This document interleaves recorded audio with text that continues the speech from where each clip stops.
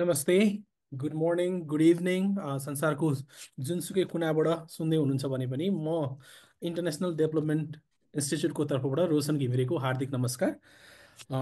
आज फेरि यो हामी आइडिआई वेबिनार सिरिज लिएर तपाईँहरू सामु उपस्थित भएका छौँ। हरेक महिनाको पहिलो बुधबार आयोजना गरिने यो वेबिनार यसपालि चाहिँ हामीले दोस्रो हप्तामा आयोजना गर्दैछौँ। सो आइडिआईलाई चाहिँ हरेक महिना सङ्घीयता सम्बन्धी विषय र त्यसको वरिपरि रहेर विभिन्न क्षेत्रमा जस्तै शिक्षा, अर्थ, सुशासन, ई गभर्नेन्स विभिन्न टपिकहरूमा रहेर चाहिँ हामीले यो वेबिनार आयोजना गर्ने गरेका छौँ र त्यसै अन्तर्गत यो हाम्रो वेबिनार सिरिजको 6औँ श्रृङ्खलामा तपाईँहरूलाई म हार्दिक स्वागत गर्न चाहन्छु। अमेरिकाको वासिङ्टन डिसीमा स्थापना भएको इन्टरनेसनल डेभलपमेन्ट इन्स्टिच्युट एउटा क्यापेसिटी बिल्डिङ फर्म हो र साथसाथै बिजनेस कन्सल्टिङ अर्गनाइजेसन पनि हो। हामी नेपालदेखि बाहेक बङ्गलादेशमा, नाइजेरिया, केन्या र संसारको अरू देशहरूमा पनि हामी काम गर्छौँ। अब यो वेबिनार सुरु गर्नुभन्दा अगाडि म सबभन्दा पहिला हाम्रो आइडिआईको एक्जिक्युटिभ डिरेक्टर सुमन तिमसिना सरलाई छोटो स्वागत मन्तव्यको लागि आग्रह गर्दछु। सुमन सर। नमस्कार सबैजनालाई, म सुमन तिमसिनाको विराटनगरबाट र आजको यो महत्त्वपूर्ण विषयमा हामीसँग दुईजना विज्ञ रमेश अधिकारीजी र मधु मरासिनीजी आउनु भएको छ र रोशनजीले के अरे यो समग्रमा यो विषयको सानो परिचय दिइसक्नु भएको छ। म त्यसलाई दोहोऱ्याउन चाहदिनँ र आज चाहिँ हामी विज्ञलाई नै सुन्ने जाउँ भन्दै म रमेशजी तपाईँलाई म यो ह्यान्डओभर गर्दैछु। Thank you. धन्यवाद धन्यवाद सुमन सर, तपाईँको स्वागत मन्तव्यको लागि। रमेश अधिकारी सरलाई यहाँ सहजीकरणको लागि निम्तो दिनुभन्दा अगाडि थोरै म वेबिनारको बारेमा, नियमहरूको बारेमा कुरा गर्न चाहन्छु। हाम्रो वेबिनार चाहिँ बेलुका 7 देखि 8:30 बजेसम्म सञ्चालन हुने गरिन्छ। फर्स्ट भागमा सहजकर्ताले प्रश्न सोधिसकेपछि तपाईँहरूले पनि प्रश्न चाहिँ सोध्न सक्नुहुन्छ। तपाईँहरूको कमेन्टहरू चाहिँ हाम्रो Q&A बक्समा पनि राख्न सक्नुहुन्छ। त्यसै गरी फेसबुक लाइभमा पनि हामी जोडिँदै गर्दाखेरि त्यहाँ पनि कमेन्ट राख्न सक्नुहुन्छ। सो सबभन्दा पहिला म आजको सहजकर्ता आदरणीय रमेश दाईलाई बोलाउनुभन्दा अगाडि छोटो उहाँको परिचय दिन चाहन्छु। रमेश अधिकारी सरले चाहिँ निर्वाचन र political process reform, policy analysis, सङ्घीयता अनि त्यसपछि गभर्नेन्स, ई गभर्नेन्स र डेमोक्रेसी को विज्ञको रूपमा विगत 3 दशकदेखि नेपाल लगायत अफगानिस्तान, युएसए र श्रीलङ्काको अनुभव उहाँले ल्याउनुहुन्छ। उहाँले योभन्दा पहिला USAID, action aid international, Danish association for international cooperation, STC, UNDP, ADP लगायत संस्थाहरूसँग पहिला पनि आबद्ध भएर काम गरिसक्नु भएको छ। हाल अधिकारी इन्स्टिट्युसनल एन्ड लिगल एक्सपर्टको रूपमा कनेक्टिभिटी इम्प्रुभमेन्ट प्रोजेक्ट भनेर हाम्रो एडिभी को कन्सल्टेन्टको रूपमा स्कट विल्सनमा पनि कार्यरत हुनुहुन्छ। त्यसै गरी उहाँ सिनियर नेसनल कन्सल्टेन्टको रूपमा एसियन प्रोडक्टिभिटी अर्गनाइजेसन र डेपटेकसँग पनि आबद्ध हुनुहुन्छ। रमेश अधिकारीले masters of arts in geography र ब्याचलर इन आर्ट्स गर्नुभएको छ। त्यसै गरी थाइल्यान्डको एआइटीबाट masters of science in regional cooperation पनि गर्नुभएको छ। आजको कार्यक्रम अगाडि लानको लागि म आदरणीय रमेश अधिकारी दाईलाई सहजकर्ताको भूमिकाको लागि हार्दिक निमन्त्रणा गर्न चाहन्छु। दाई, फ्लोर हजुरलाई हस्तान्तरण गर्न चाहे।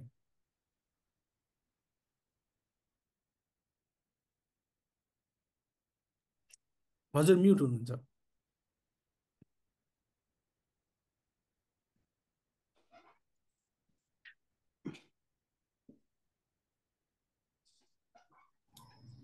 Sorry, thank you Roshan. It's a really beautiful presentation. अब आजको मेरो विचारमा आजको हाम्रो पेनालिस्ट अथवा विशेषसँग सम्बन्धित विशेषज्ञ मधु सर, मधु कुमार मरासिनीजीको परिचय त्यति धेरै चाहिँदैन र पनि जस्ट फर तपाईँको formality let me allow to give his very brief introductions. Madhu sir 3 दशक भन्दा बढी समय नेपालको ब्युरोक्रेसीमा बिताउनु भएको छ र उहाँको चाहिँ अलिकति बढी हामीले अब्जर्भ गर्दाखेरि यो पोलिसी लेभलमा उहाँको इन्भल्भमेन्ट बढी देखिन्छ र उहाँ अर्थ मन्त्रालय, वाणिज्य र राष्ट्रिय योजना आयोगको सदस्य सचिवको रूपमा काम गर्नुभएको थियो र उहाँको चाहिँ जागिरको दौरानमा वासिङटन डिसीमा र विश्व ब्याङ्कको कार्यकारी निर्देशकको सल्लाहकार र न्युयोर्कमा नेपालको महावाणिज्य दूतको रूपमा पनि सेवा गर्नुभएको छ। र उहाँले वित्त र विकास सम्बन्धी विभिन्न तालिम र अन्तर्राष्ट्रिय तथा राष्ट्रिय तालिम र कार्यशालाहरूमा सहभागिता जनाउनु भएको छ। र उहाँको अध्ययनको कुरा गर्दा अस्ट्रेलियाली विश्वविद्यालयबाट, नेसनल युनिभर्सिटीबाट अन्तर्राष्ट्रिय र विकास अर्थशास्त्रमा स्नाकोत्तर, हार्वर्ड केन्नी स्कुलबाट कार्यकारी शिक्षा आर्थिक वृद्धिको नेतृत्व 2023, तुलनात्मक कर वित्त 2012 र खास गरी यो कार्ल ड्युइसबर्ग कलेजबाट म्यानेजमेन्ट व्यवस्थापनमा डिप्लोमा र त्रिभुवन विश्वविद्यालयबाट यो सार्वजनिक प्रशासनमा स्नाकोत्तर र कानुन स्नातकमा डिग्री हासिल गर्नुभएको छ। अब यसमा चाहिँ धेरै परिचयको कुरा गर्दाखेरि पनि म चाहिँ अलिकति अब अहिलेको जुन वास्तवमा मधु सरको लामो समयको 30 वर्षको लगातार एउटा प्रशासकको रूपमा, विशेषज्ञको रूपमा संलग्न भइसकेपछि केही महिना अगाडि उहाँ नियमित जागिरबाट आफ्नो कार्यावधि सकेर बाहिर निस्कनुभयो। अहिले धेरै ठाउँमा तपाईँ हामीले बडा एक्टिभ भएको देखिन्छ र अफिसियल्ली अहिले उहाँ स्वातिको चाहिँ वरिष्ठ फेलोको रूपमा पनि त्यहाँ स्वातिलाई चाहिँ सपोर्ट गरिरहनु भएको छ। अब मलाई चाहिँ अलिकति यो समय आज मधु सरलाई नै बढी सुन्ने हो हामीले, त्यो हिसाबले चाहिँ अलिकति यो डोनर ल्यान्डस्केपको बारेमा म विषय उठान गर्छु, त्यसबाट अरू कुराहरू आउलान्। हामीसँग आज श्रोताहरूले चाहिँ निकै चाखलाग्दो प्रश्न पहिले नै तपाईँहरूले राखिदिनु भएको छ, त्यसमा पनि सकभर सबै तपाईँहरूका प्रश्नहरूका सम्बन्धमा उहाँको चाहिँ विचार सुन्ने चाहिँ प्रयास गर्छौँ। मधु सर, यो अहिलेको खास गरी इन्ड अफ जनवरी र अर्ली फेब्रुअरीबाट जुन डोनर ल्यान्डस्केप परिवर्तन भइरहेको छ र खास गरी वेस्टर्न एन्ड एलायन्सहरूले आफूलाई बढी केन्द्रित भएर वैदेशिक सहायताको मात्रा घटाएको अथवा घटाउने सम्भावना देखिएको छ। अब यी परिवर्तनहरूले गर्दाखेरि अति कम विकसित देश अथवा विकासशील देशहरूको लागि यो कस्तो किसिमको प्रभाव पर्छ होला भन्ने कुरामा अलिकति सरले चाहिँ केही कुरा राखिदिनुहोस् न। हस्, धेरै धन्यवाद। सर्वप्रथम सबै साथीहरूलाई नमस्कार छ। अब नेपालमा हुने साथीहरूलाई चाहिँ अब समयकालीन नमस्कार, अनि युएसमा पनि हुनुहुन्छ होला उहाँहरूलाई गुड मर्निङ। कोही साथीहरू अब मिडल इस्टतिर कतै हुनुहुन्छ भने, त्यो टाइम जोनमा हुनुहुन्छ भने उहाँहरूलाई चाहिँ गुड आफ्टरनुन भन्न चाहन्छु। र त्योभन्दा पहिला आइडिआईलाई, खास गरेर सुमनजी, रोशनजीलाई विशेष धन्यवाद दिन चाहन्छु यो अवसरको लागि। र खास गरेर रमेशजीले जुन खालको मोडरेसन गर्नुभएको छ, जुन खालको इनिसिएसन लिनुभएको छ, त्यसको लागि उहाँलाई पनि धन्यवाद दिन चाहन्छु। र अहिले जुन विषयमा हामी छलफल गरिरहेछौँ, म पनि यो विषयको ज्ञाता भन्दा पनि I'm a student of international ed, त्यही हिसाबले पनि यो विषयमा केही कुरा गर्न र अनि आफूलाई केही थाहा भएको कुराहरू एक्सचेन्ज गर्न मन पनि पराउँछु। त्यसैले यो विषय वास्तवमा र अहिलेको सन्दर्भमा जुन अहिले रमेशजीले उठाउनु पनि भयो, त्यो हिसाबले एकदमै समसामयिक पनि छ। अब अहिले ठ्याक्कै हेर्दाखेरि जस्तो खास गरेर यो सबै चाहिँ यो अहिलेको जुन खालको चेन्ज भनौँ न आइरहेछ, र त्यसलाई चाहिँ मैले कता कता लिट्रेचर्सहरूमा हेर्दाखेरि यो चाहिँ एक खालको यो रिक्यालिब्रेसन भइरहेछ कि पुरै चाहिँ एक खालको पुरै नयाँ सिराबाट, खास गरेर डोनाल्ड ट्रम्प चाहिँ प्रेसिडेन्ट सेकेन्ड टर्म इलेक्टेड भइसकेपछि चाहिँ होइन profound recalibration of global aid architecture भइरहेछ। र मैले यसको चाहिँ 3वटा चाहिँ सिफ्ट देखिरहेको छु। अब यसको भनौँ न अब विभिन्न एङ्गलले व्याख्या गर्न सकिन्छ। एउटा चाहिँ के भइरहेछ भने एड भनेको चाहिँ तपाईँको सोलिडारिटीबाट सेलेक्टिभिटीतिर गइरहेछ। किनभने पहिला चाहिँ के थियो भने अब धनी देशहरूले अलिकति विकासोन्मुख देशहरू अलिकति विकासमा पछि परेका अथवा भलनरेबल कन्ट्रिजहरूलाई चाहिँ एकैबद्धता स्वरूप, भाइचारा स्वरूप, सोलिडारिटी राइट स्वरूप चाहिँ सहयोग दिने भन्ने हिसाबले यो हुन त अब मार्शल प्लानदेखि नै सुरु भयो। यसको हिस्ट्री त धेरै टाढा नजाउँ, अहिले फेरि सबै कुरा गर्न भ्याइँदैन। त्यो सोलिडारिटीबाट पुरै चाहिँ सिफ्ट भएर एक खालको रिक्यालिब्रेट भएर अलिकति सेलेक्टिभ है, सेलेक्टिभमा अब जस्तो ट्रम्पले के भन्नुभएको छ नि, युएसआइडी डिसमेन्टल कोल्याप्स गर्दाखेरि पनि मैले त्यहाँ चाहिँ कन्टिन्यू गर्छु जसले युएसको चाहिँ नि पोलिसीलाई चाहिँ बाई गर्छ र मेरो इन्ट्रेस्टलाई सपोर्ट गर्छ भनेको छ। एउटा त्यो फेनोमेनन देखिन्छ, एउटा सिफ्टिङ है। अनि सेकेन्ड चाहिँ कस्तो देखिरहेछ भन्दा यो फ्रम ग्रान्ट्स टु ग्यारेन्टिज के होइन। पहिला त के थियो भन्दाखेरि मोस्टली चाहिँ हेल्थ एजुकेसन जस्तो सेक्टरहरूमा धेरै चाहिँ ग्रान्टहरू परिचालन गर्ने थियो। खास गरेर बायोलेटरले दिँदाखेरि चाहिँ धेरै ग्रान्टहरू दिने, मल्टिलेटरतिर जाँदाखेरि चाहिँ अनि त्यो लोनको क्रेडिटको कुराहरू आउने हो। अब अहिले त्यो बायोलेटरले पनि तपाईँको उसले पनि के खोज्यो भने मैले तिमीलाई के दिन्छु भने त्यो ग्यारेन्टिजहरू खोज्यो, अथवा त्यसको एगेन्स्टमा मलाई के चाहियो। अब भनेको एड के भयो भने नो मोर पब्लिक गुड जस्तो भयो कि हिजो चाहिँ तपाईँ हामीले बुझेको त एक खालको काइन्ड अफ यो फर्ने एड चाहिँ एक खालको पब्लिक गुडको रूपमा थियो भने त्यो पनि भएन, एउटा त्यो सिफ्ट छ। र तेस्रो अर्को प्रोफाउन्ड चाहिँ रिक्यालिब्रेसन मैले जुन भनिरहेको छु त्यो के छ भन्दाखेरि अब यो डोनर ड्रिभन होइन, अब चाहिँ मार्केट ड्रिभन भइसक्यो है। हामी भन्थ्यौँ नि डोनरहरूले अब किनभने देयर इज नो फ्रिलान्स होइन, फ्रिलान्स त हुँदैन, स्टिल नहुँदै पनि उनीहरूले एउटा सोलिडारिटीको रूपमा एउटा भाइचाराको रूपमा दिने पनि एउटा बाटो छ। त्यसबाहेक आफ्नो स्ट्राटेजिक इन्फ्लुएन्सको लागि दिने बाटोहरू पनि हो। तर अब त्यो डोनरको त्यो भन्दा पनि अब चाहिँ मार्केट जहाँ चाहिँ तपाईँको मलाई जसले चाहिँ बजार दिन्छ त्यसलाई चाहिँ म सपोर्ट गर्छु भनेर अब ट्रम्पले त्यो भनिसकेपछि र खास गरेर युएसआइडी जुन युएसआइडीले चाहिँ $40 बिलियन वार्षिक दिन्थ्यो र अमेरिकाको टोटल चाहिँ गएको वर्ष हेर्दाखेरि चाहिँ 69 बिलियन चाहिँ युएस एलोन चाहिँ तपाईँको फर्नेट रहेछ गएको वर्ष मात्रै। त्यो अहिले लगभग सबैको भनौँ न अहिले अब धेरै त अब उहाँहरूले चाहिँ विड्रो नै गरिसक्यो, केही दिन्छु भनिरहेछ, तर स्टिल उनीहरूले अब्जर्भेसन रिएभ्यालुएसन केही गरिरहेको छ होला। र त्यो जब युएसले चाहिँ तपाईँको यो 3वटा प्रोफाउन्ड चेन्जहरू जुन गर्यो त्यसपछि एउटा सिफ्ट भइरहेछ मैले जुन मेरो आफ्नो अब्जर्भेसनमा।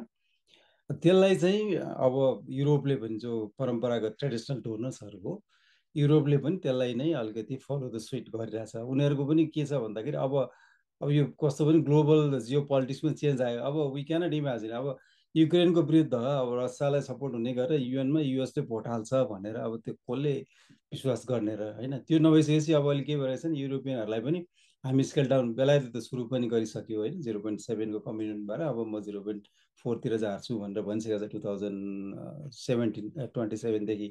अरूहरूले पनि त्यो खालको भनिरहेछ र उनीहरू अहिले चाहिँ के भनिरहेछ भन्दाखेरि हामीलाई चाहिँ डिफेन्समा खर्च गर्नुपर्ने भयो, युएसले चाहिँ नेटोलाई सपोर्ट गर्दैन भन्ने हिसाबले त्यसरी चाहिँ पुरै चाहिँ तपाईँको चेन्ज भइरहेछ। र हामीले जुन खालको एउटा मान्यता राखेका थियौँ नि खास गरेर पहिला अब यो रिकन्स्ट्रक्सनको प्रपोजललाई चाहिँ मार्सल प्लानबाट सुरु भएको एउटा अन्तर्राष्ट्रिय सहायता परिचालनको जो एउटा चाहिँ तपाईँको लेगेसी हो त्यो 90sतिर आएर चाहिँ कोल्ड वारको एन्ड भइसकेपछि मार्केट रिफर्मतिर, किनभने जस्तो यहाँहरूलाई थाहा पनि छ होला मैले एउटा यसको थेसिस हेर्दाखेरि पनि कस्तो भइरहेको थियो। अहिले हामीले पाइरहेको एड चाहिँ यो 90s पछि खास गरेर सोभियत युनियनको कोल्याप्स अथवा कोल्ड वार इन्ड भइसकेपछि अथवा त्यो जस्तो फुकुयामाले भनिरहेछ नि त होइन end of history and the last म्यानमा भने जस्तो अब चाहिँ अब वर्ल्ड चाहिँ लिबरल भ्यालुतिर गयो, ओपन अपतिर गयो, अब डेमोक्रेसी प्रिभेल गर्छ, त्यसैले अलिकति मार्केट बेस्ड इकोनोमी हुन्छ, त्यसैले हामीले सहायता पनि त्यो कोल्ड वारसम्म चाहिँ अलिकति बायोलेटरल इन्ट्रेस्टमा पाइरहेको इन्फ्रास्ट्रक्चरतिर पाइरहेको सहायता पनि सिफ्ट भएर मार्केट रिफर्ममा, स्ट्रक्चरल एडजस्टमेन्टमा, गुड गभर्नेन्स र डेमोक्रेसीमा अथवा त्यो एमडिजिज र अहिले आएर एसडिजिजमा जुन गइरहेको थियो नि। अब मलाई त कस्तो लागिरहेछ भने अब त्यो अब अहिले भावे पुगामाले के लेख्थे सबै चेन्ज भइरहेछ कि अब त्यो होइन, अब त पुरै ट्रान्ज्याक्सनको बेसमा भयो कि होइन। अब यो ट्रान्ज्याक्सनल फरेन पोलिसीले ड्राइभ गर्ने भयो, नेसनलिक राष्ट्रिय हित भनौँ नेसनलिस्टिक पोलिसी र ट्रान्ज्याक्सनल चाहिँ फरेन पोलिसीको बेसमा चाहिँ तपाईँको अहिले इन्टरनेसनल एडहरू अथवा अरू चाहिँ तपाईँको अरू चाहिँ बिजनेसहरू त्यसरी चाहिँ सिफ्ट भइरहेको छ। अब यहाँहरूले कतिको नोटिस गर्नुभएको छ जस्तो अहिले अब डोनाल्ड ट्रम्प अहिले चाहिँ मिडल इस्टमा छन् र खास गरेर he started his first visit from Saudi Arabia. अब त्यो अचम्म छ किनभने कुनै पनि अमेरिकी राष्ट्रपति पहिलोचोटि चाहिँ निर्वाचित भइसकेपछि फर्स्ट भिजिट चाहिँ कहाँ गर्ने भन्दाखेरि उनीहरूले परम्परागत रूपमा चाहिँ युरोपमा, युकेमा अथवा मेक्सिको, क्यानाडा त्यसरी गर्थ्यो। जस्तो जो बाइडेनले चाहिँ तपाईँको सायद युकेबाट सुरु गरेको थियो। डोनाल्ड ट्रम्प कहाँ गए? साउदी अरेबिया गए।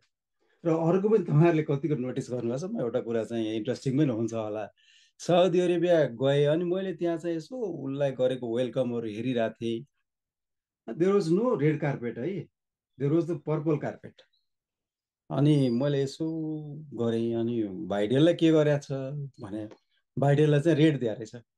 यसो लिटरेचर हेर्दाखेरि तपाईँको पर्पल कार्पेट भनेको त हाइएस्ट लेभल अफ तपाईँको हस्पिटालिटी रहेछ क्या त्यो होइन। न त नर्मल्ली त हामी के देख्छौँ अब प्रधानमन्त्रीहरू राष्ट्राध्यक्षहरू भिजिट गर्दाखेरि चाहिँ रेड कार्पेटै बिछाइरहेको हुन्छ कसैलाई सोध्दा, पर्पल कार्पेट त्यो लेभलको पावरफुल गेस्चर आइरहेछ। त्यो केले भन्दाखेरि सबै यो ट्रान्ज्याक्सनल फरेन पोलिसी। ट्रम्पले पहिल्यै पनि भनिरहेको थिए के अरे साउदी अरब म चाहिँ आउँछु तिमी कहाँ पहिला, तर तिमीले $1 ट्रिलियन चाहिँ हामी कहाँ इन्भेस्ट गर्नुपर्छ भनेको थियो। अब मैले सुनिरहेको 600 बिलियनको त उनीहरूको एग्रिमेन्टै भइसक्यो भन्ने छ। त्यसैले पुरै चाहिँ अब ट्रान्ज्याक्सनल उसतिर गइरहेछ, पुरै कमर्सियल भनौँ न एक खालको चाहिँ। अब मैले दिएँ भने हाकाहाकी नै। हिजो चाहिँ के थियो भन्दाखेरि अलिकति डेमोक्रेसी अलिकति सफ्ट पावरको रूपमा थियो। अहिले चाहिँ तपाईँको पुरै चाहिँ मार्केटको हिसाबले चाहिँ मार्केट गेन कहाँबाट हुन्छ त्यसरी चाहिँ सिफ्ट भइरहेछ अब र सेल्फ सेन्ट्रिक भइरहेछ होइन। मलाई के फाइदा हुन्छ ठ्याक्कै रेसिप्रोकल ट्यारिफ भनेर पनि हिजो सुरु गर्दाखेरि पनि गरेको चाहिँ के हो भन्दाखेरि सेल्फ सेन्ट्रिक हो होइन। म दिन्छु तर मलाई तिमीले ट्याक्स कति लगाउँछ त्यही भएर म पनि लगाउँछु भनेर आफ्नो चाहिँ हिसाब हेरिरहेछ। त्यो खालको चाहिँ फेनोमेनन अलिकति ग्लोबली गइ पनि रहेछ। अब यो चेन्जिङ डाइनामिक्समा अथवा यो खालको प्रोफाउन्ड रिक्यालिब्रेसनमा अब नेपाल अथवा अलिकति डेभलपिङ कन्ट्रिजहरूलाई के असर गर्छ, कसरी चाहिँ सस्टेन गर्ने त भन्ने कुरामा चाहिँ अब अलिकति दुईवटा हिसाबले हेर्नुपर्छ जस्तो लाग्छ मलाई। एउटा त अब यो अलिकति अनएक्सपेक्टेड र एब्रप्ट पनि भयो, त्यसैले यस्ता देशहरू प्रिपेयर चाहिँ थिएनन् है। र खास गरेर यो युएसआइडीको चाहिँ एड कट हुँदाखेरि अफ्रिकामा जुन खालको एचआइभीमा अथवा मलेरियामा अथवा अरू चाहिँ खालको चाहिँ डिजिजहरूमा जुन खालको भ्याक्सिनहरू उपलब्ध गराइरहेको थियो होइन, त्यो खालको चाहिँ अथवा अरू हेल्थ इक्विपमेन्ट्स र मेडिसिनहरू दिइरहेको थियो फ्री नै। त्यो कुरा एब्रप्टली झिकिँदाखेरि चाहिँ वास्तवमा अब यो फेरि चाहिँ जुन खालको अहिले हाम्रो ग्लोबल्ली हेऱ्यो भने पनि जुन हाम्रो ग्लोबल चाहिँ चाइल्ड मोर्टालिटीदेखि लिएर म्याटर्नल मोर्टालिटीदेखि लिएर डिजिजको प्रेभलेन्स चाहिँ जुन रेसियोमा घट्दै गइरहेको थियो, अब फेरि त्यो चाहिँ तपाईँको रिट्राइभ हुने हो कि फेरि त्यो चाहिँ बढ्ने हो कि भन्ने एक खालको संशय भएको छ एब्रप्टली गर्दा। किनभने प्रिपेयरै गर्न पाएन कि त्यसको सब्स्टिट्युसन त केही न केही त चाहियो। हिजो एउटा सोर्सबाट चाहिँ सपोर्ट आइरहेको थियो भने ठिक छ, भोलि त बिल्डअप हुँदै जान्छ होला। सब्स्टिट्युसनै नभइकन एब्रप्टली छोडिँदाखेरि चाहिँ एक खालको सक चाहिँ परेको छ। र त्यो चाहिँ खास गरेर अलिक बढी भल्नरेबल कन्ट्रिजहरू खास गरेर अफ्रिकामा चाहिँ अलिक बढी परेको भन्ने छ। त्यो सक हामी कहाँ पनि परेको छ, किनभने हामी कहाँ पनि तपाईँहरूले हेर्नु भएको छ भने धेरै खालको चाहिँ अब युएसआइडीकै सपोर्टहरू अब लेटेस्ट त अहिले पछि पनि कुरा गरौँला। मै अर्थ सचिव हुँदाखेरि 2022मा गएर त्यसको बारेमा पछि सायद रमेशले सोध्नु होला एकैचोटि, मैले त्यो नभनौँ। तर भएको छ के भन्दाखेरि यहीँ पनि जस्तो एउटा न्युजमै आएको थियो 400 घर भाडा खाली भयो भन्ने एक खालको चाहिँ त्यो हाम्रो इम्प्लोइमेन्टमा सोर्स अफ इन्कममा असर गरेछ। त अरू के नजानिदो पाराले सानो सानो पैसा भए पनि तपाईँको गाउँहरूमा पुगिरहेको थियो कि केही रकमहरू चाहिँ सानो। मैले कतिपय ठाउँमा इलामतिर गए पनि छुर्पी बनाउनेहरूलाई अथवा चाहिँ अरू सुर्खेततिर गए पनि उनीहरूको आफ्नो चाहिँ यो मेडिसिनल प्रोडक्ट्सहरू हर्बल मेडिसिनल प्रोडक्ट्सहरूलाई सपोर्ट गरिरहेको कता यस्तो खालको सानो खालको पहिला मेडेपमै पनि सपोर्टहरू गरिरहेको, युएनडिपी थ्रु पनि सपोर्टहरू गरिरहेको अवस्थाहरू थियो। केही न केही असर चाहिँ परिरहेछ। सँगसँगै अब हामीलाई त हेल्थ सेक्टरमा पनि भनौँ न ठुलो चाहिँ युएसआइडीकै धेरै सपोर्ट पनि थियो। त्यो चाहिँ विड्र हुँदाखेरि केही अप्ठ्यारोहरू अवस्था त परिरहेछ। तर अब वी हेभ टु प्रिपेयर। अब यसलाई समस्या भन्दा पनि अब यसलाई चाहिँ अब त्यो अदर साइड त्यो कोइनको चाहिँ अदर साइड हेरेर यसलाई चाहिँ अलिकति डिपेन्डेन्सीबाट अब आफूलाई चाहिँ सस्टेनेबिलिटीतिर सेल्फ सस्टेनेबिलिटीतिर कसरी लाने र नयाँ स्रोतहरू के हुन्छन् भनेर त्यो स्रोतहरू पहिचान गर्नेतिर पनि हामीले चाहिँ वर्कआउट गर्नुपर्ने मैले देख्छु। सायद मैले अलिक लामै बोलेँ कि कन्टिन्यू गरौँ कि? ठिक छ सर, यो चाहिँ सुरुवातको लामै आवश्यकता थियो, एउटा यसले अलिकति वार्मअप पनि गर्यो। र सरको चाहिँ 2-3टा कुरा भेरी इन्ट्रेस्टिङ, यो सोलिडारिटी टु सेलेक्टिभ, यस त्यसपछि ग्रान्ट टु ग्यारेन्टिज होइन, र मार्केट ड्रिभन भयो, donor to market, donor to driven. र एउटा भेरी इन्ट्रेस्टिङ अब्जर्भेसन, यो पर्पल कार्पेट हो त हेर्नु न, अब फर्स्ट भिजिट नै साउदीमा, त्यसैमा purple carpet is a really interesting. अब यसमा चाहिँ सरले यो ग्लोबल सिनारियो एकदम क्लियर रूपमा दिनुभयो होइन। अब यसमा अब सरको चाहिँ लामो समय यो पब्लिक फाइनेन्सियल म्यानेजमेन्टमा अनुभव छ, फेडरलमा मात्र नभइकन प्रदेशमा पनि। अब यो अहिलेको जुन अब एकदम क्लियर भयो नि नेपालको, वास्तवमा चाहिँ एकदमै क्लियर नै, अब युएसएडकै मात्र एक्जाम्पल लिँदा नि $140 मिलियन एक वर्षमा जाने, बेलायतीहरूको 40% घट्दाखेरि अर्को हुने हिसाबले अब एकदम टेन्जिबल भिजिबल भयो। अब यो वैदेशिक सहयोग घट्दै गयो, घट्यो। अहिले नेपालले सरको अब एज अ फ्रिलान्सर अथवा अस्तिसम्मको त्यो इन्भल्भमेन्टले संस्थागत र वित्तीय रूपमा नेपालले कसरी तयारी गरिरहेछ सर? यस्तो छ अब होइन, मैले अघि ठिक छ एकदम। अब कस्तो भइरहेछ भने अहिले अब मैले अघि पनि भने यो हाम्रो लागि चाहिँ एक खालको, सबैको लागि भनौँ जो रेसिपिएन्ट कन्ट्रिजहरूलाई एक खालको सक भयो होइन।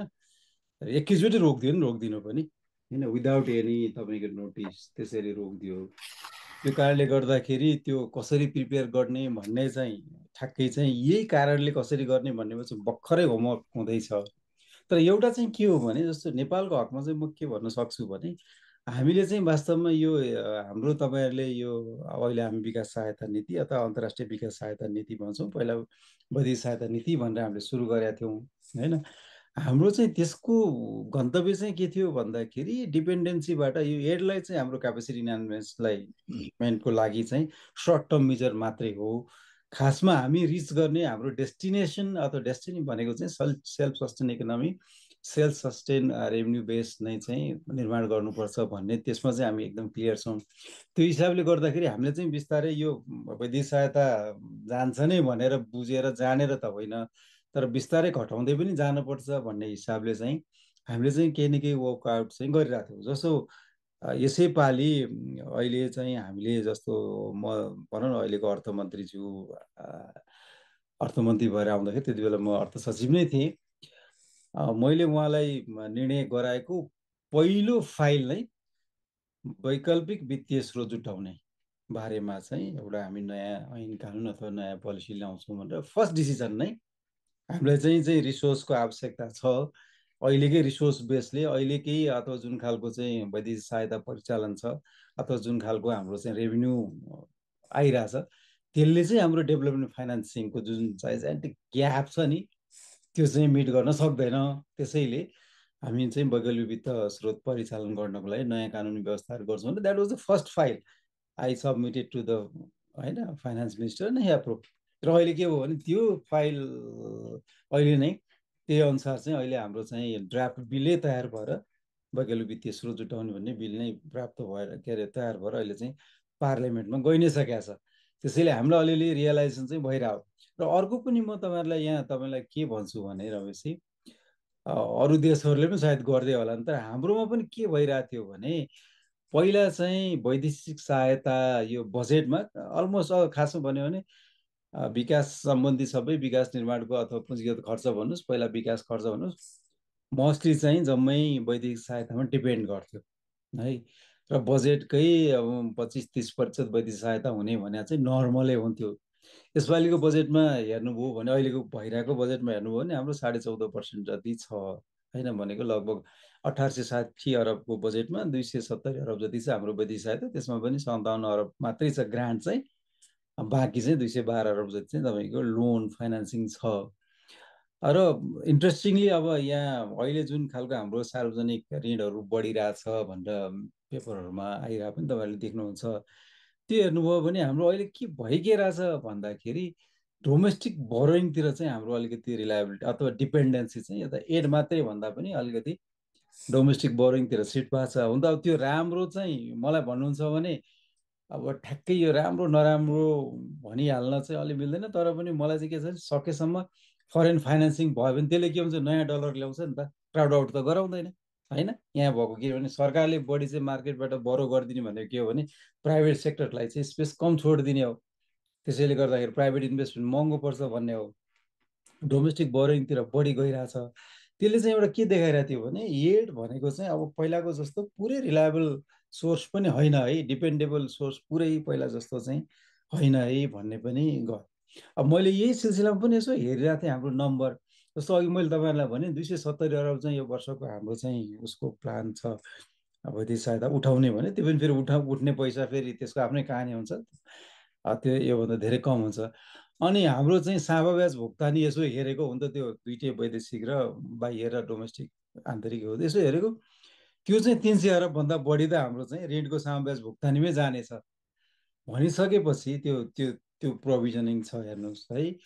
त्यो भनिसकेपछि अब वैदेशिक सहायताको चाहिँ विकल्प चाहिँ खोज्न पर्ने बेला चाहिँ हाम्रो आइसकेको, बढी हामी चाहिँ डोमेस्टिकतिरै रिलायबल भइरहेको र इन्टरनेसनलले पनि अब उनीहरूले जुन खालको कमिटमेन्ट गरिरहेको थियो 0.7% उनीहरूको जिएनआईको त्यो पनि नदिरहेको होइन, 2% 3% दिँदा 0 दिँदा पनि धेरै दिएको भन्ने हुने भइरहेको एउटा त्यो खालको ट्रेन्ड थियो भने अर्को चाहिँ अब अहिले ट्रम्पको सेकेन्ड टर्म आइसकेपछि चाहिँ झनै एकदमै सक नै भयो। त्यसले गर्दाखेरि अब नेपाल र नेपाल जस्ता देशहरूले चाहिँ वैकल्पिक वित्तीय स्रोतहरू परिचालन गर्नलाई चाहिँ उनीहरूले चाहिँ आफ्नो प्रयास गर्नुपर्छ। यस विषयमा जस्तो अब यो फाइनेन्सिङ फर डेभलपमेन्ट भनेर अहिले यसको 4थो समिट पनि स्पेनमा हुँदैछ होइन। अब यसमा पनि के छ भन्दाखेरि यो विकास वित्तहरू परिचालन गर्नलाई पहिला जस्तो खालि सार्वजनिक वित्तमा अथवा फरेनमा मात्रै चाहिँ डिपेन्डेन्ट नहुने यसको 4वटा फन्डामेन्टल सोर्सेसहरू भनेर अब चाहिँ डोमेस्टिक पब्लिक फाइनेन्स र डोमेस्टिक प्राइभेट फाइनेन्स अनि इन्टरनेसनल पब्लिक फाइनेन्स र अनि इन्टरनेसनल प्राइभेट फाइनेन्स भनेर अलिकति प्राइभेट फाइनेन्सलाई पनि अब विकास वित्त परिचालनमा चाहिँ मोबिलाइज गर्ने भन्ने हिसाबले एफडिआईलाई पनि अथवा यहाँको नेपालकै पनि भन्दाखेरि यहाँको प्राइभेट इन्भेस्टमेन्टलाई पनि अब विकास वित्तमा अथवा भनौँ न कुनै बाटोहरू बनाउनु पर्यो भने त्यसलाई पनि पिपिपी मोडलमा हुन्छ कि अथवा हाइब्रिड एन्युटी मोडलमा हुन्छ कि अथवा तपाईँको थेमेटिक बोन्ड्सहरू निकालेर हुन्छ कि होइन, त्यसरी चाहिँ परिचालन गर्ने भनेर इन्टरनेसनल रूप अन्तर्राष्ट्रिय हिसाबमा पनि एफएफडीको चाहिँ अम्ब्रेला अन्तर्गत त्यो खालको डिस्कसन भइरहेछ भने हामीले त वास्तवमा यो यसमा भनिहालेँ नि मैले, हामीले त यसको होमवर्क थालिन सकेका छौँ। खालि अलिकति झट्टै एकैचोटि आउँदाखेरि चाहिँ केही अलिकति भनौँ न हामीलाई केही एक खालको अप्ठ्यारो त परेको छ, तर हामी ठ्याक्कै केही पनि तयारी नगरेर बसिरहेको होइनौँ कि, किनभने एड भनेको जहिले पनि भल्नरेबलै हो। अर्काको देशबाट आउने पैसा इभन रेमिटेन्स पनि it's not a sustainable source होइन, त्यो पनि होइन नि, डिपेन्डेबल सोर्स होइन नि। त्यही हिसाबले हामीले आफ्नो होमवर्क आफ्नो फाउन्डेसन चाहिँ क्रिएट गर्नुपर्छ भन्ने हो मलाई लाग्छ। अरू देशहरूले पनि त्यही गर्नुपर्छ र हामीले अझै यसलाई चाहिँ जुन खालको अहिले त हामीले एउटा वैकल्पिक वित्त परिचालन सम्बन्धी जुन ऐन बनायौँ, अब त्यो बाहेक पनि अझै पनि हामीले चाहिँ त्यो बाहेक पनि अब म त सोभरेन वेल्थ फन्डको चाहिँ एउटा हिमायती पनि हो, मैले आर्टिकल पनि लेखेको थिएँ, बजेट पनि लेखाएको छ अब त्यो विषयमा। किनभने राष्ट्र ब्याङ्कमा अहिले हेर्नु भने 24 खरब त के अरे हाम्रो रेमिटेन्स थुप्रेको पैसा छ, ब्याङ्कहरूमा हेर्नु हो भने 700 अरब पैसा त्यतिकै चाहिँ खर्च नभएर बसिरहेको। अब यो के छ भन्दाखेरि पैसै नभएको पनि होइन है, तर you need to know the technique, त्यो इन्स्ट्रुमेन्ट्सहरू राइट हुने र त्यो क्यापासिटीहरू राइट चाहिँ गराउनु पर्नेछ। अलिअलि काम सुरु भइरहेछ, यसलाई अझै चाहिँ हामीले अलिक सोलिडिफाई गर्नुपर्ने चाहिँ देख्छु मैले। Thank you sir, it's a good news, कमसेकम गृह कार्य हुँदो रहेछ। अब हाम्रो अन्तर्राष्ट्रिय सहायता नीतिले पनि त्यसलाई अनुभूति गरेको र एउटा चाहिँ अब सुन्दा रमाइलो के लाग्यो भने कुनै बेला हाम्रो चाहिँ 25-30% वैदेशिक सहायतामा बजेटको चाहिँ भर पर्थ्यो भने अहिले आएर 14.5%, त्यसमा पनि अब 57 अरब मात्रै ग्रान्ट भनेको स्थितिमा। ग्रान्ट भने त्यो आउने चाहिँ मैले तपाईँलाई अहिले भनिदिन्छु, त्यो आउने चाहिँ 20 अरब पनि हुन्छ, किन गएको वर्ष जम्मा 22 अरब आएको छ।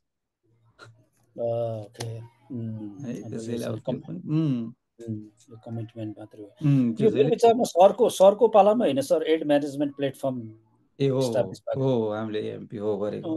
अहिले के छ सर यसको स्थिति? अब जस्तै अब सहयोग घट्दै गयो, जान सक्ने प्रशस्त सम्भावनाहरू भए सरकै हिसाबमा पनि। अब यो अहिले त्यो म्यानेजमेन्ट प्लेटफर्म कसरी चलिरहेको छ? त्यसपछि अघि सरले वैकल्पिक वित्तीय स्रोतहरूको ट्र्याकिङ र परिचालन गर्नको लागि अब यस्तो टुल्सलाई कसरी प्रयोग गर्न सकिन्छ होला सर?